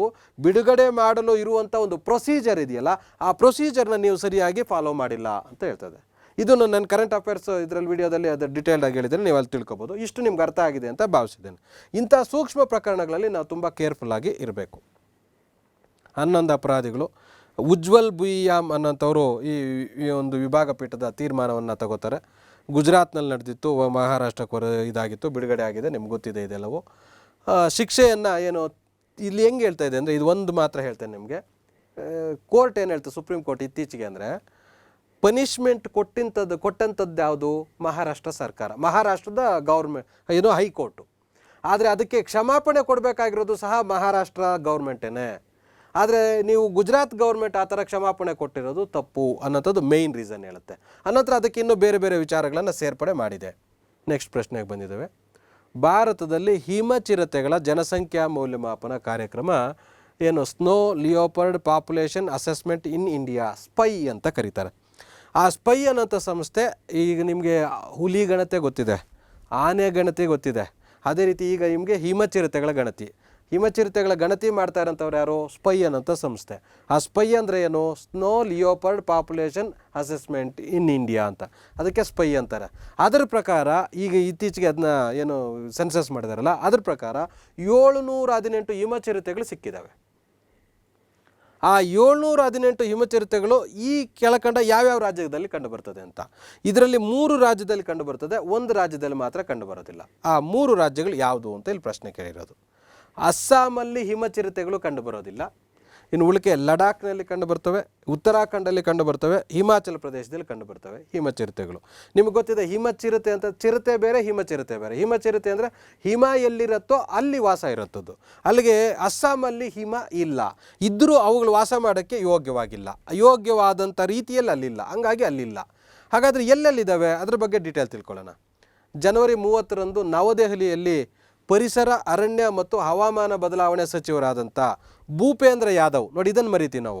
ಈ ಅಂಕಿ ಅಂಶವನ್ನು ಬಿಡುಗಡೆ ಮಾಡಿದ್ದು ಯಾರು ಅಂದರೆ ಭೂಪೇಂದ್ರ. ಸ್ಪೈ ಅವರು ಏನು ಸರ್ವೆ ಮಾಡಿದರು, ಆ ಸರ್ವೆ ಮಾಡಿರೋದನ್ನ ತಗೊಬಂದು ಬಿಡುಗಡೆ ಮಾಡಿ ಪ್ರೆಸ್ ಮೀಟ್ ಮಾಡಿದಂಥವ್ರು ಯಾರು ಅಂದರೆ ಭೂಪೇಂದ್ರ ಯಾದವ್ ಅಂತ. ಭೂಪೇಂದ್ರ ಯಾದವ್ ಯಾಕೆ ಇದನ್ನು ಪ್ರೆಸ್ ಮೀಟ್ ಮಾಡಿದ್ರು ಅಂದರೆ ಅವರು ಪರಿಸರ ಅರಣ್ಯ ಮತ್ತು ಹವಾಮಾನ ಬದಲಾವಣೆ ಸಚಿವರಾಗಿರೋದ್ರಿಂದ ಅವರು ಅದನ್ನು ಬಿಡುಗಡೆ ಮಾಡ್ತಾರೆ, ಆ ವರದಿಯನ್ನು ಹೇಳ್ತಾರೆ. ಏನು ಹೇಳ್ತಾ ಇದ್ದಾರೆ ಅದ್ರ ಪ್ರಕಾರ? ಭಾರತದಲ್ಲಿ ಹಿಮಚಿರತೆಗಳು 718 ಇದ್ದಾವೆ. ಅವುಗಳು ಮಾಮೂಲಿ ಸಂಖ್ಯೆ ಕಡಿಮೆ ಆಗ್ತಾನೆ ಬರ್ತಾ ಇರೋಂಥದ್ದು. ಆ ವರದಿಯನ್ನು ಯಾವ್ಯಾವ ರಾಜ್ಯದಲ್ಲಿದ್ದಾವೆ ಅಂತ ಹೇಳ್ತದೆ. ಈ ವನ್ಯಜೀವಿ ಸಂಸ್ಥೆ ಏನು wild life institute of India ಅನ್ನೋಂಥದ್ದು, WII ಅನ್ನೋಂಥ ಸಂಸ್ಥೆ ರಾಷ್ಟ್ರೀಯ ಸಂಯೋಜಕವಾಗಿ ಇವ್ರ ಜೊತೆ ಕೋಆರ್ಡಿನೇಷನ್, ಯಾರು ಸ್ಪೈ ಜೊತೆ ಕೋಆರ್ಡಿನೇಷನ್ ಮಾಡಿಕೊಂಡು ಮೈಸೂರಿನ ನೇಚರ್ ಕನ್ಸರ್ವೇಷನ್ ಫೌಂಡೇಶನ್ ಇವರು ಸಹ ಸೇರಿಕೊಂಡು, ಅಲ್ಲಿಗೆ 3, ಒಂದು ಸ್ಪೈ, ಒಂದು WII, ಇನ್ನೊಂದು WWF, ಈ 3 ಜನ ಸೇರಿಕೊಂಡು ಆ ಅಧ್ಯಯನವನ್ನು ಮಾಡಿದ್ದಾರೆ. 718 ಏನು ಇವುಗಳನ್ನು ಲೆಕ್ಕ ಹಾಕಿರೋವಂಥದ್ದು. ಅದರಲ್ಲಿ ಲಡಾಖಲ್ಲಿ 477 ಚಿರತೆಗಳಿದ್ದಾವೆ, ಹಿಮಚಿರತೆಗಳು. ಉತ್ತರಾಖಂಡದಲ್ಲಿ ಹೈಯೆಸ್ಟ್ ಇರೋಂಥದ್ದು ಲಡಾಖಲ್ಲಿ. ಅದೇ ನೀವು ಹುಲಿಗಳಿಗೆ ಬಂದಾಗ, ಆನೆಗಳಿಗೆ ಬಂದಾಗ ಹೈಯೆಸ್ಟ್ ಇರುವಂಥದ್ದು ಮಧ್ಯಪ್ರದೇಶದಲ್ಲಿ. ನೋಡಿ, ಇಲ್ಲಿ ಬಂದಾಗ ಅದನ್ನು ಕೋಆರ್ಡಿನೇಷನ್ ಮಾಡ್ಕೋಬೇಕು, ಅದನ್ನು ಇಲ್ಲಿ ಬಂದು ಸೇರಿಸ್ಕೋಬೇಕು, ಆವಾಗ ನಮ್ಗೆ ಕನ್ಫ್ಯೂಷನ್ ಆಗೋದಿಲ್ಲ. ಉತ್ತರಾಖಂಡದಲ್ಲಿದೆ, ಹಿಮಾಚಲ ಪ್ರದೇಶ, ಅರುಣಾಚಲ ಪ್ರದೇಶ, ಜಮ್ಮು ಮತ್ತು ಕಾಶ್ಮೀರ, ಒಟ್ಟು ಸೇರಿ 718. ನೋಡಿ, ಇದು ಈ ಅಂಕಿ ಸಂಖ್ಯೆಗಳು ನಿಮಗಿರಬೇಕು, ಯಾವ್ಯಾವ ರಾಜ್ಯದಲ್ಲಿ ಇದ್ದಾವೆ, ಯಾವ್ಯಾವ ರಾಜ್ಯದಲ್ಲಿ ಇಲ್ಲ ಅಂತ. ಯಾಕೆಂದರೆ ಬೇರೆವಾದರೆ ಹೇಳೋದು ಕಷ್ಟ. ಆದರೆ ಹಿಮಚಿರತೆಗಳಾದರೆ ಹಿಮಾಲಯ ಇದೇನು ಬರುತ್ತೆ ಬೆಟ್ಟಗಳು, ಅದ್ರ ಉದ್ದಕ್ಕಿರುವಂಥದ್ದನ್ನ ನೋಡಿಕೊಂಡ್ರೆ ಆಗುತ್ತೆ. 2024 ಜನವರಿ 31ರಂದು ಭಾರತದ 5 ತಾಣಗಳನ್ನು ರಾಮ್ಸರ್ ತಾಣಗಳ ಪಟ್ಟಿಗೆ ಸೇರ್ಪಡೆ ಮಾಡಲಾಯಿತು. ಅವುಗಳ ಕುರಿತು ತಪ್ಪಾಗಿರುವಂಥದ್ದು ಯಾವುದು? ನಂತರ ನಿಮ್ಗೆ ಇಲ್ಲಿ ಗೊತ್ತಿರಲಿ, ಸರಿಯಾದದ್ದು ಅಂತಂದರೆ ಒಂದೇ ಒಂದು ಸರಿ ಇರುತ್ತೆ, 3 ರಾಂಗ್ ಇರುತ್ತೆ. ತಪ್ಪಾದದ್ದು ಅಂತಂದರೆ ಏನಾಗಿರುತ್ತೆ, 3 ಸರಿ ಇರುತ್ತೆ, 1 ರಾಂಗ್ ಇರುತ್ತೆ. ಯಾಕೆ ಈ ಥರದ ಪ್ರಶ್ನೆಗಳನ್ನು ಕೇಳಬೇಕಾದ್ರೆ ನಮಗೆ ಕಷ್ಟ, ಯಾಕೆಂದರೆ ಆ ಒಂದು ವಿಚಾರವನ್ನು ನಿಮ್ಗೆ ಮುಟ್ಟಿಸೋದು ಕಷ್ಟ ಆಗುತ್ತೆ. ಅದರಿಂದಾಗಿ ಇಲ್ಲಿ ಯಾಕೆ ಇದನ್ನು ಕೇಳ್ತಾ ಇದ್ದೀವಿ ಅಂದರೆ, ಇದು 3 ಕ್ವಶನ್ ಕೇಳ್ಬೋದು. ಅದಕ್ಕೆ ಒಂದೇ ಕ್ವಶನಲ್ಲಿ 3 ಕ್ವಶನ್ಗೆ ಬೇಕಾದಂಥ ಇನ್ಫಾರ್ಮೇಷನ್ ನಿಮಗೆ ಕೊಡಬೇಕು. 3 ಕ್ವಶನ್ಸ್ ಇದು ನಿಮಗೆ ಅರ್ಥ ಆಗಬೇಕು ಅನ್ನೋ ಕಾರಣಕ್ಕೆ ಈ ಥರದ ಪ್ರಶ್ನೆಗಳನ್ನು ಕೊಡ್ತೀವಿ, ಸರಿಯಾದದ್ದು ತಪ್ಪಾದದ್ದು ಅಂತ. ಏನು ಹೇಳ್ತಾ ಇದೆ, ಇದಕ್ಕೆ ಎಷ್ಟು ಜನಕ್ಕೆ ಆನ್ಸರ್ ಗೊತ್ತಿದೆ ಹೇಳಿ, ಸರಿಯಾದಂಥ ಉತ್ತರಕ್ಕೆ ಹೋಗೋಣ. ಸರಿಯಾದಂಥ ಉತ್ತರ ಏನಪ್ಪ ಅಂದರೆ, ಈ ಮೂಲಕ ಇಷ್ಟಕ್ಕೆ ಮೊದಲಿಗೆ ನಿಮ್ಗೆ ಅರ್ಥ ಆಗಬೇಕಾಗಿರೋದು ಅಂದರೆ ರಾಮ್ಸರ್ ತಾಣ ಅಂದರೆ ಯಾವುದು ಅಂತ. ಜವುಗು ಪ್ರದೇಶಗಳು ಅಂದರೆ ವರ್ಷ ಪೂರ್ತಿ ನೀರಿರೋಂಥದ್ದು, ಅಥವಾ ಮಳೆಗಾಲದಲ್ಲಾದರೂ ಅಲ್ಲಿ ಗಿಜಿ ಗಿಜಿ ಅಂತ ಯಾವಾಗಲೂ ಗದ್ದೆ ಇದ್ದಂಗೆ ಇರೋವಂಥದ್ದು, ಅದನ್ನು ಜವುಗು ಪ್ರದೇಶ ಅಂತ. ನೀರು ಜಿನುಗ್ತಾ ಇರುತ್ತೆ. ಎಲ್ಲಿ ಜವುಗು ಪ್ರದೇಶ ಇರುತ್ತೋ, ಸಾಮಾನ್ಯವಾಗಿ ನೀವು ಭೂಮಿಯ ಮೇಲಿಂದ ಯಾವುದೇ ಗ್ರಹಗಳನ್ನು ಅನ್ವೇಷಣೆ ಮಾಡೋಕ್ಕೆ ಹೋಗುವಂಥ ಯಾವುದೇ ಸಂಸ್ಥೆ ಆಗಿರಲಿ, ಆ ಗ್ರಹಗಳ ಮೇಲೆ ಫಸ್ಟ್ ಹುಡ್ಕೋದೆ ನೀರಿದೆಯಾ ಅಂತ.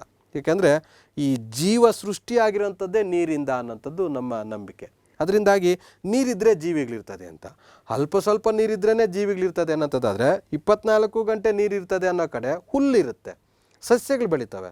ಅಲ್ಲಿಗೆ ನೀರು ಸಸ್ಯಗಳಿತ್ತು ಅಂತಂದರೆ ಅಲ್ಲಿ ಬರುವಂಥ ಜೀವರಾಶಿ ಜಾಸ್ತಿ ಇರುತ್ತೆ. ಅದಕ್ಕೆ ಅಲ್ಲಿ ಜೀವ ಸೃಷ್ಟಿ ಆಗುವಂಥದ್ದು, ಅದು ಕ್ರಿಮಿಗಳಿರಲಿ, ಕೀಟಗಳಿರಲಿ, ಆ ಜಲಚರಗಳಿರಲಿ, ಇನ್ನು ಬೇರೆ ಬೇರೆ ಪ್ರಾಣಿಗಳಿರಲಿ, ಆ ಹುಲ್ಲನ್ನು ಮೇಯುವಂಥ ಪ್ರಾಣಿಗಳಿರಲಿ, ಈ ಥರದ ಬೇರೆ ಬೇರೆ ಜೀವರಾಶಿ ಸೃಷ್ಟಿಯಾಗತ್ತೆ. ಅದರಿಂದಾಗಿ ಇದು ಇಂಪಾರ್ಟೆಂಟು ರಾಮ್ಸರ್ ತಾಣಗಳು ಅನ್ನೋಂಥದ್ದು. ರಾಮ್ಸರ್ ಅಂತಂದರೆ ಇರಾನಲ್ಲಿ ಬರುವಂಥ ಒಂದು ಪ್ಲೇಸ್ ಇದು. ಫಸ್ಟ್ ಟೈಮ್ ಅಲ್ಲಿ ಸಮಾವೇಶ ಮಾಡಿಬಿಟ್ಟು ಈ ಥರ ಜವುಗು ಪ್ರದೇಶಗಳು ಎಷ್ಟು ಇಂಪಾರ್ಟೆಂಟು, ಅಲ್ಲಿ ಎಷ್ಟು ಜೀವರಾಶಿಗಳಿರ್ತವೆ, ಅವುಗಳ ರಕ್ಷಣೆ ಮಾಡೋದು, ಅವುಗಳ ಬಗ್ಗೆ ಜಾಗೃತಿ ಮೂಡಿಸುವಂಥ ಕಾರ್ಯಕ್ರಮ ಮಾಡಬೇಕು ಅಂತ ಆ ಪ್ಲೇಸಲ್ಲಿ ಡಿಸೈಡ್ ಮಾಡ್ತಾರೆ. ಅದಕ್ಕೆ ಅದನ್ನು ರಾಮ್ಸರ್ ಅನ್ನೋಂಥ ಪ್ಲೇಸಿಂದ ಕರೀತಾರೆ. ಭಾರತದ ರಾಮ್ಸರ್ ಪಟ್ಟಿಗಳ ಸಂಖ್ಯೆ 75ರಿಂದ 80ಕ್ಕೆ ಏರಿಕೆ ಆಗಿದೆ. ಯಾವಾಗ 2024 ಪ್ರಕಾರ ಈಗ ಭಾರತದಲ್ಲಿರುವಂಥ ಒಟ್ಟು ರಾಮ್ಸರ್ ತಾಣಗಳು 80 ಆಗಿದೆ.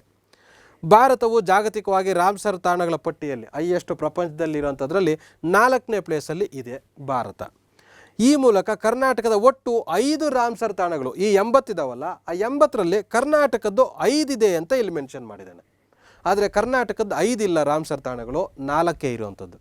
ಅದಕ್ಕೆ ಅದು ರಾಂಗು. ಉಳಿಕೆದು ಅಲ್ಲಿಗೆ ಇಲ್ಲಿ ಏನಾಯ್ತು, ನಿಮಗೆ 5 ರಾಂಗು ಅಂತ ಗೊತ್ತಾಯಿತು, 4 ಇದೆ ಅಂತ ಗೊತ್ತಾಯಿತು. ಕರ್ನಾಟಕ 3 ಹಾಗೂ ತಮಿಳುನಾಡಿನ 2 ಸ್ಥಳಗಳು ಸೇರ್ಪಡೆಗೊಂಡಿವೆ. ಯಾವಾಗ? ಈ ಡೇಟ್ಗೆ. ಇದಕ್ಕಿಂತ ಮುಂಚೆ ಕರ್ನಾಟಕದಲ್ಲಿ 1 ಇತ್ತು, ಈಗ 2024ರಲ್ಲಿ 3 ಸೇರ್ಪಡೆ ಆಯಿತು. ಹಾಗಾಗಿ ಒಟ್ಟು 4 ರಾಮ್ಸರ್ ತಾಣಗಳು ಈಗ ಒಟ್ಟು ಸೇರ್ಪಡೆ ಆಗಿದೆ ಕರ್ನಾಟಕದ್ದು. ಇಷ್ಟು ಓದ್ಕೊಂಡು ಅಲ್ಲಿಗೆ ಬಿಡೋಂಗಿಲ್ಲ, ಈ 4 ಯಾವುದು ಅಂತ ತಿಳ್ಕೊಂಡಿರಬೇಕು. ಆ ರಾಮ್ಸರ್ ತಾಣಗಳು 4 ಯಾವ್ಯಾವುದು ಅಂತ ನೋಡಿ. ಇಲ್ಲಿ ಇನ್ನೊಂದು ಪ್ರಶ್ನೆ ಕೇಳಿದ್ದೇನೆ ಅದ್ರ ಮೇಲೆ. ಕರ್ನಾಟಕದ ಕೆಲವು ಜೌಗು ಪ್ರದೇಶಗಳನ್ನು ಕೆಳಗೆ ಉಲ್ಲೇಖಿಸಲಾಗಿದೆ. ಈ ಕೆಳಗಿನವುಗಳಲ್ಲಿ ಯಾವುದನ್ನು ರಾಮ್ಸರ್ ಸೈಟ್ಗಳು ಎಂದು ಘೋಷಿಸಲಾಗಿದೆ ಅಂತ. 4 ಇದಾವಲ್ವಾ, 4ರಲ್ಲಿ ಯಾವ್ಯಾವುದು ಅಂತ ಘೋಷಣೆ ಮಾಡಿದ್ದೀವಿ ಅಂತ. ಇದು ಎಷ್ಟು ಜನಕ್ಕೆ ಗೊತ್ತಿದೆ? ಆನ್ಸರ್ ಮಾಡಿ. ಸರಿಯಾದಂಥ ಉತ್ತರಕ್ಕೆ ಹೋಗೋಣ. ಸರಿಯಾದಂಥ ಉತ್ತರ 4 ಸಹ ಸರಿ. ಗದಗ ಸಮೀಪ ಮಾಗಡಿ ಕೆರೆ ಇದೆ, ಹಂಪಿ ಬಳಿ ಅಂಕಸಮುದ್ರ ಇದೆ, ಅಘನಾಶಿನಿ ಬಳಿ ನದಿಮುಖ ಗೋಕರ್ಣ ಇದೆ, ಶ್ರೀರಂಗಪಟ್ಟಣದ ಸಮೀಪ ರಂಗನತಿಟ್ಟು. ಇವಿಷ್ಟು ಕರ್ನಾಟಕದಲ್ಲಿ ಕಂಡುಬರುವ 4 ರಾಮ್ಸರ್ ತಾಣಗಳು. ಈಗ ಹೊಸದಾಗಿ ಯಾವ ಸೇರ್ಪಡೆ ಆಗಿದ್ದು? ಇವು 3. ಯಾವುದು? ಗದಗ, ಹಂಪಿ, ಅಘನಾಶಿನಿ ಅನ್ನೋಂಥದ್ದು. ಇದಕ್ಕಿಂತ ಹಿಂದೆ ಇದ್ದಿದ್ದು ಯಾವುದು? ಶ್ರೀರಂಗಪಟ್ಟಣ. ಎಂಥ ಪ್ರಶ್ನೆ ಕೇಳ್ಬೋದು ಗೊತ್ತಾ ಇಲ್ಲಿ? ಇತ್ತೀಚೆಗೆ ರಾಮ್ಸರ್ ತಾಣಗಳ ಪಟ್ಟಿಯಲ್ಲಿ 3 ಸ್ಥಳಗಳನ್ನು ಸೇರ್ಪಡೆ ಮಾಡಲಾಗಿದೆ. ಕರ್ನಾಟಕದಲ್ಲಿ ಇದುವರೆಗೆ ಸೇರ್ಪಡೆ ಆಗಿರೋಂಥ ಒಟ್ಟು 4. ಇತ್ತೀಚೆಗೆ 3 ಸೇರ್ಪಡೆ ಆದರೆ ಈ ಹಿಂದೆ ಸೇರ್ಪಡೆ ಆಗಿದ್ದಂಥ ಒಂದು ಪ್ಲೇಸ್ ಯಾವುದು ಅಂತ ಪ್ರಶ್ನೆಯನ್ನು ಕೇಳ್ಬೋದು.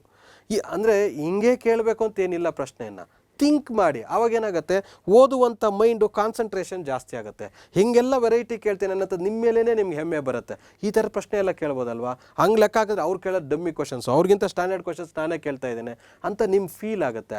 ಇದ್ರ ಮೇಲೆ ಕಂಟೆಂಟ್ ಮೇಲೆ ಗ್ರಿಪ್ ಬರುತ್ತೆ, ಅದು ಇಂಪಾರ್ಟೆಂಟು. ನೆಕ್ಸ್ಟ್ ಪ್ರಶ್ನೆ, 2025 ಭಾರತ ರತ್ನ ಪ್ರಶಸ್ತಿ ಕುರಿತು ತಪ್ಪಾದದು. ಸುಮಾರು ಜನ ಇದು ಓದ್ಕೊಂಡಿದ್ದು, ಯಾರಿಗೆ ಭಾರತ ರತ್ನ ಪ್ರಶಸ್ತಿ ಬಂತು, ಅವ್ರು ಯಾವ ರಾಜ್ಯದವರು, ಯಾವ ಕ್ಷೇತ್ರದಲ್ಲಿ ವಿಶೇಷ ಅಂತ ತಿಳ್ಕೊಂಡಿರ್ತೀವಿ. ಆದರೆ ಇಲ್ಲಿ ಇನ್ನೊಂದು ವಿಶೇಷ ಇದೆ ನೋಡಿ. ಈ ಪ್ರಶ್ನೆಗೆ ಆನ್ಸರ್ ಮಾಡಿ ಸರಿಯಾದಂಥ ಉತ್ತರಕ್ಕೆ ಹೋಗೋಣ. ಸರಿಯಾದ ಉತ್ತರ, 4 ಮಹನೀಯರು ರಾಜಕೀಯ ವ್ಯಕ್ತಿಗಳಾಗಿದ್ದರೆ, ಒಬ್ಬರು ಮಾತ್ರ ಕೃಷಿ ವಿಜ್ಞಾನಿ. ಯಾರು? 5 ಜನಕ್ಕೆ ಭಾರತ ರತ್ನ ಕೊಟ್ಟಿದ್ದಾರಲ್ಲ, ಅದರಲ್ಲಿ 4 ಜನ ಪೊಲಿಟಿಕಲ್ ಬ್ಯಾಕ್ಗ್ರೌಂಡ್ ಇರೋಂಥವ್ರು, ರಾಜಕೀಯದಲ್ಲಿ ಇದ್ದಂಥವ್ರು. ಒಬ್ಬರು ಮಾತ್ರ ರಾಜಕೀಯೇತರವಾಗಿದ್ದಂಥವ್ರು, ಅವ್ರಿಗೆ ಸಿಕ್ಕಿದೆ, ಅದು ಕರೆಕ್ಟ್ ಇದೆ.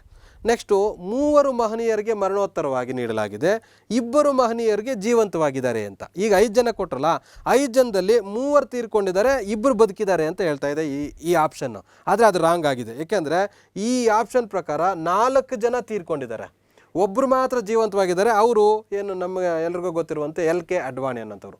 ಅವರೊಬ್ಬರು ಮಾತ್ರ, ಈಗ ಭಾರತ ರತ್ನ ಕೊಟ್ಟಿರುವಂಥ 5 ಜನರಲ್ಲಿ ಅಡ್ವಾಣಿ ಅವ್ರಿಗೊಬ್ಬರಿಗೆ ಮಾತ್ರ ಜೀವಂತವಾಗಿದ್ದಾರೆ, ಅವ್ರಿಗೆ ಮಾತ್ರ ಜೀವಂತವಾಗಿ ನೀಡಲಾಗಿದೆ. ಇನ್ನು ಉಳಿಕೆ 4 ಜನಕ್ಕೆ ಮರಣೋತ್ತರವಾಗಿ ನೀಡಲಾಗಿದೆ. ಅಂದರೆ ಈಗಾಗಲೇ ಅವ್ರು ತೀರ್ಕೊಂಡು ಸುಮಾರು ದಿವಸ ಆಗಿದೆ, ಈಗ ಅವ್ರಿಗೆ ಭಾರತ ರತ್ನ ಪ್ರಶಸ್ತಿಯನ್ನು ನೀಡಲಾಗಿದೆ. ದಕ್ಷಿಣ ಭಾರತದ 2 ಮಹನೀಯರಿಗೆ ನೀಡಲಾಗಿದೆ. ದಕ್ಷಿಣ ಭಾರತದಲ್ಲಿ 2ರಿಗೆ, ಆ 2 ಮಾಜಿ ಪ್ರಧಾನಿಗಳಿಗೆ ನೀಡಲಾಗಿದೆ. ನೋಡಿ, ಇಷ್ಟು ಆನ್ಸರ್ಸ್ ಇದೆ. ಏನೇನು ಅನ್ನೋಂಥದ್ದು ವಿಷಯ ತಿಳ್ಕೊಳ್ಳೋಣ. ಕರ್ಪೂರಿ ಠಾಕೂರ್ ಅನ್ನೋಂಥವ್ರು, ಇವರು ಬಿಹಾರಕ್ಕೆ ಸೇರಿದಂಥವರು, ಮರಣೋತ್ತರವಾಗಿ ನೀಡಲಾಗಿದೆ. ಅಡ್ವಾಣಿಯವರು, ಇವರು ರಾಮ ಮಂದಿರ ನಿರ್ಮಾಣಕ್ಕಾಗಿ ಶ್ರಮಿಸಿದ್ದಾರೆ. ರಾಮ ಮಂದಿರ ನಿರ್ಮಾಣ ಇವತ್ತು ನಾವು ಅದ್ರ ಬಗ್ಗೆ ಚರ್ಚೆ ಆಗ್ತಾ ಇದೆ. ಅದೇ ಇದನ್ನು ಏನು ಅಯೋಧ್ಯೆ ಯಾತ್ರೆ ಅಂತ ಅಂದ್ಬಿಟ್ಟು ಹಿಂದೆ ಮಾಡಿದರು, ಅದರಿಂದ ಆಗಿನ ಕಾಲದಲ್ಲಿ BJPಗೆ ತುಂಬ ಸಪೋರ್ಟ್ ಆಗಿತ್ತು ಗೆಲ್ಲೋದಕ್ಕೆ. ಅದನ್ನು ಯಾತ್ರೆ ಮಾಡಿದಂಥವ್ರು LK ಅಡ್ವಾಣಿಯವರು. ಹಾಗಾಗಿ ಅವ್ರಿಗೆ ಭಾರತ ರತ್ನ ಪ್ರಶಸ್ತಿಯನ್ನು ಈಗ ನೀಡಲಾಗಿದೆ. ನಂತರ ಅವರು ಪೊಲಿಟಿಕಲ್ ಆಗಿ ಉಪ ಪ್ರಧಾನಿ ಆಗಿದ್ದಂಥವ್ರು ನಿಮಗೆಲ್ರಿಗೂ ಗೊತ್ತಿದೆ. PV ನರಸಿಂಹರಾವ್ ಅನ್ನೋಂಥವ್ರು, ಇವರು ಸಹ ಆಂಧ್ರ ಪ್ರದೇಶದವರು. ನಿಮಗೆ ಚೆನ್ನಾಗಿ ಗೊತ್ತಿರಬೇಕು, LPG ಅನ್ನೋಂಥ ಅದ್ಭುತವಾದಂಥ ಲಿಬ್ರಲೈಜೇಷನ್, ಪ್ರೈವೇಟೈಸೇಷನ್, ಗ್ಲೋಬಲೈಜೇಷನ್, ಆ 3ನ್ನು ತಂದಂಥವ್ರು ಇದೇ PV ನರಸಿಂಹರಾವ್ ಅವರು. ಮತ್ತು 1991 ಕೈಗಾರಿಕೀಕರಣ ಅನ್ನೋಂಥ ಒಂದು ಯೋಜನೆಯನ್ನು, ಮತ್ತು ಮಿಶ್ರ ಆರ್ಥಿಕತೆ ಯೋಜನೆಯನ್ನು ಜಾರಿಗೆ ತಂದಂಥವ್ರು ಇದೇ PV ನರಸಿಂಹರಾವ್ ಅವರು. ನಂತರ ಇನ್ನೊಂದು ಚೆನ್ನಾಗಿ ಗೊತ್ತಿರಲಿ, ಇದೇ PV ನರಸಿಂಹರಾವ್ ಅವ್ರಿಗೆ ಏನು ಹಣಕಾಸು ಮಂತ್ರಿ ಆಗಿದ್ದಂಥವ್ರೆ ಮನಮೋಹನ್ ಸಿಂಗ್ ಅವರು. ಅದರಿಂದಾಗಿ ಇವರಿಬ್ಬರ ಒಂದು ಜೋಡಿಯಿಂದಾಗಿ ಆ ಥರದ ಉತ್ತಮ ಕಾರ್ಯಕ್ರಮಗಳು ರೂಪುಗೊಂಡಿದ್ದವು. ಹಾಗಾಗಿ ಇವರಿಗೆ ಭಾರತ ರತ್ನ ಪ್ರಶಸ್ತಿಯನ್ನು ನೀಡಲಾಗಿದೆ. ನಂತರ ಚರಣ್ ಸಿಂಗ್ ಅನ್ನೋಂಥವ್ರು, ಇವರು ಕೃಷಿ ಕ್ಷೇತ್ರಕ್ಕೆ ಅಪಾರವಾದಂಥ ಕೊಡುಗೆಯನ್ನು ನೀಡಿದಂಥವ್ರು. 2 ಪ್ರಧಾನಿಗಳು ಅಂತ ಹೇಳಿದ್ನಲ್ಲ, ಚರಣ್ ಸಿಂಗ್ ಅನ್ನೋಂಥವ್ರು ಪ್ರಧಾನಿ ಆಗಿದ್ದರು, PV ನರಸಿಂಹರಾವ್ ಅನ್ನೋಂಥವ್ರು ಪ್ರಧಾನಿ ಆಗಿದ್ದರು. ಮತ್ತು ಠಾಕೂರ್ ಅನ್ನೋಂಥವ್ರು ಸಹ ಪೊಲಿಟಿಕಲ್ ಬ್ಯಾಕ್ಗ್ರೌಂಡ್ ಇದ್ದಂಥವ್ರೆ. ಇನ್ನು ಇವರು ಯಾರು, ಅಡ್ವಾಣಿ ಅವರು ಪೊಲಿಟಿಕಲ್ ಬ್ಯಾಕ್ಗ್ರೌಂಡ್ ಇದ್ದಂಥವ್ರು. ಅಲ್ಲಿಗೆ 4 ಜನ ಪೊಲಿಟಿಕಲ್ ಬ್ಯಾಕ್ಗ್ರೌಂಡ್ ಇರೋಂಥವ್ರು ಗೊತ್ತಾಯ್ತು ನಿಮಗೆ. ರೈತರ ಇವರು ಉತ್ತರ ಪ್ರದೇಶಕ್ಕೆ ಸೇರಿದಂಥವ್ರು. ಇನ್ನು ಸ್ವಾಮಿನಾಥನ್ ಅಂತವ್ರು ಬರ್ತಾರೆ, ಇವರು ರಾಜಕೀಯೇತರವಾಗಿದ್ದಂಥವ್ರು. ಇವರು ಯಾವುದೇ ಪಕ್ಷದಲ್ಲಿ ಚುನಾವಣೆಗೆ ನಿಂತು ಓಡಾಟ ಮಾಡಿದಂಥವ್ರಲ್ಲ, ರಾಜಕೀಯೇತರವಾಗಿ. ಇವತ್ತು ನಾವು ಭಾರತ ಆಹಾರದಲ್ಲಿ ಸ್ವಾವಲಂಬಿಯಾಗಿದೆ, ಭಾರತ ಪ್ರಪಂಚದ ಬೇರೆ ದೇಶಗಳಿಗೆ ಆಹಾರವನ್ನು ರಫ್ತು ಮಾಡ್ತಾ ಇದೆ, ಪ್ರಪಂಚದ ಎಷ್ಟೋ ಬಡ ದೇಶಗಳಿಗೆ ತಿನ್ನೋದಕ್ಕೆ ಅನ್ನವನ್ನು ಭಾರತ ಕೊಡ್ತಾ ಇದೆ ಅಂದರೆ ಅದಕ್ಕೆ ಇವ್ರ ಕೊಡುಗೆ ಬಹಳ ಇದೆ. ಏಕೆಂದರೆ ಇವತ್ತು ನಾವೆಲ್ಲೇ ನೋಡಿದ್ರು ಹೈಬ್ರಿಡ್ ಬಿತ್ತನೆ ಅಂತ ಬರ್ತದೆ. ಮೊದಲು ಬೀನ್ಸ್ ಅಂತಂದರೆ ಇಷ್ಟು ಬರ್ತಾಯಿತ್ತು, ಈಗ ಇಷ್ಟುದ್ದ ಬೀನ್ಸ್ ಬರ್ತದೆ. ಮೊದಲು ಟೊಮೆಟೊ ಅಂದರೆ ಒಂದು ಗಿಡದಲ್ಲಿ 10-15 ಕಾಯಿ ಬರ್ತಾಯಿತ್ತು, ಈಗ ಒಂದು ಟೊಮೆಟೊ ಗಿಡದಲ್ಲಿ 50 kg ಅಷ್ಟು ಟೊಮೆಟೊ ಬೆಳೆಯೋ ಮಟ್ಟಕ್ಕೆ ಹೈಬ್ರಿಡ್ ಬಿತ್ತನೆ ಬಂದಿದೆ. ಭತ್ತ ಹಿಂದೆ ಬೆಳಿಬೇಕಾಗಿತ್ತು ಅಂದರೆ 4 ತಿಂಗಳಿಂದ 6 ತಿಂಗಳು ಬೇಕಾಗಿತ್ತು, ಈಗ 3 ತಿಂಗಳಿಗೆ ಭತ್ತ ಬರುವಂಥದ್ದಾಗಿದೆ. ಇಳುವರಿ ಜಾಸ್ತಿ ಬರ್ತಾ ಇದೆ. ಇವೆಲ್ಲವಕ್ಕೆ ಕಾರಣ ಹೈಬ್ರಿಡ್ ಬಿತ್ತನೆ ಬೀಜಗಳು ಅಂತ, ಮತ್ತು ರಸಗೊಬ್ಬರಗಳು, ಪೆಸ್ಟಿಸೈಡ್ಸು, ಇವೆಲ್ಲವೂ ಬಂದಿದ್ದು ಯಾವುದರಲ್ಲಿ ಅಂದರೆ ಹಸಿರು ಕ್ರಾಂತಿಯಲ್ಲಿ. ಆ ಹಸಿರು ಕ್ರಾಂತಿ ಬರೋದಕ್ಕೆ ಯಾರು ಕಾರಣ ಅಂತಂದರೆ ಇದೇ ಸ್ವಾಮಿನಾಥನ್ ಅನ್ನೋಂಥವ್ರು. ಅದರಿಂದಾಗಿ ಇವ್ರಿಗೆ ಭಾರತ ರತ್ನ ಪ್ರಶಸ್ತಿಯನ್ನು ನೀಡಲಾಗಿದೆ. ಇದು ಬಹಳ ಖುಷಿ ಕೊಡೋಂಥ ವಿಚಾರ. ಅನ್ನವನ್ನು ಕೊಟ್ಟಂಥವ್ರಿಗೆ ಭಾರತ ರತ್ನ ಕೊಡದೆ ಇನ್ನೇನು ಕೊಡೋದಕ್ಕೆ ಸಾಧ್ಯ ಇದೆ? ಇದುವರೆಗೂ ಸಿಕ್ಕಿರಲಿಲ್ಲ, ಬಟ್ ಈಗಾದರೂ ಸಿಕ್ತಲ್ಲ ಅನ್ನೋಂಥದ್ದೇ ಖುಷಿ ವಿಚಾರ. ಅವರು ಇತ್ತೀಚೆಗೆ ತೀರ್ಕೊಂಡಿದ್ದಾರೆ. ನೆಕ್ಸ್ಟ್ 30ನೇ ಪ್ರಶ್ನೆ. ಹೃದಯ್ ಅನ್ನೋಂಥ ಒಂದು ಯೋಜನೆ ಇದೆ. ಹೃದಯ ಅಂದರೆ ಏನು ಅನ್ನೋಂಥದ್ದು ಕೇಳ್ತಾ ಇದ್ದೀವಿ. ಹೆರಿಟೇಜ್ ಸಿಟಿ ಡೆವಲಪ್ಮೆಂಟ್ ಆ್ಯಂಡ್ ಆಗ್ಯುಮೆಂಟೇಷನ್ ಯೋಜನಾ ಅಂತ. ಹೆರಿಟೇಜ್ ಅಂತಂದರೆ ಈ ಹೆರಿಟೇಜ್ ಸಿಟಿಗಳಂದರೆ ನಿಮ್ಗೆ ಗೊತ್ತು, ಪಾರಂಪರಿಕ ತಾಣಗಳು ಅಂತ ಬರ್ತದೆ. ಆ ಥರದ ಪಾರಂಪರಿಕ ತಾಣಗಳಿಗೆ ಸಂಬಂಧಪಟ್ಟಂತೆ ಪ್ರಶ್ನೆ ಕೇಳಲಾಗಿದೆ. ಎಷ್ಟು ಜನಕ್ಕೆ ಇದಕ್ಕೆ ಆನ್ಸರ್ ಗೊತ್ತಿದೆ ಆನ್ಸರ್ ಮಾಡಿ. ಈಗ ಸರಿಯಾದ ಉತ್ತರಕ್ಕೆ ಹೋಗೋಣ. ಇದು ಈ ಯೋಜನೆಯಲ್ಲಿ ಕರ್ನಾಟಕದ ಬಾದಾಮಿ, ವಾತಾಪಿ, ಹಂಪಿ, ಮೈಸೂರು ನಗರಗಳನ್ನು ಅಭಿವೃದ್ಧಿಪಡಿಸಲಾಗುತ್ತದೆ ಅನ್ನೋದು ತಪ್ಪಾಗಿದೆ. ಉಳಿಕೆ 3 ಆಪ್ಷನ್ ಸರಿಯಾಗಿದೆ. ಇದು ದೇಶದ ಪಾರಂಪರಿಕ ತಾಣಗಳ ಅಭಿವೃದ್ಧಿಗಾಗಿ ಇರುವಂಥ ಕಾರ್ಯಕ್ರಮ ಹೃದಯ್.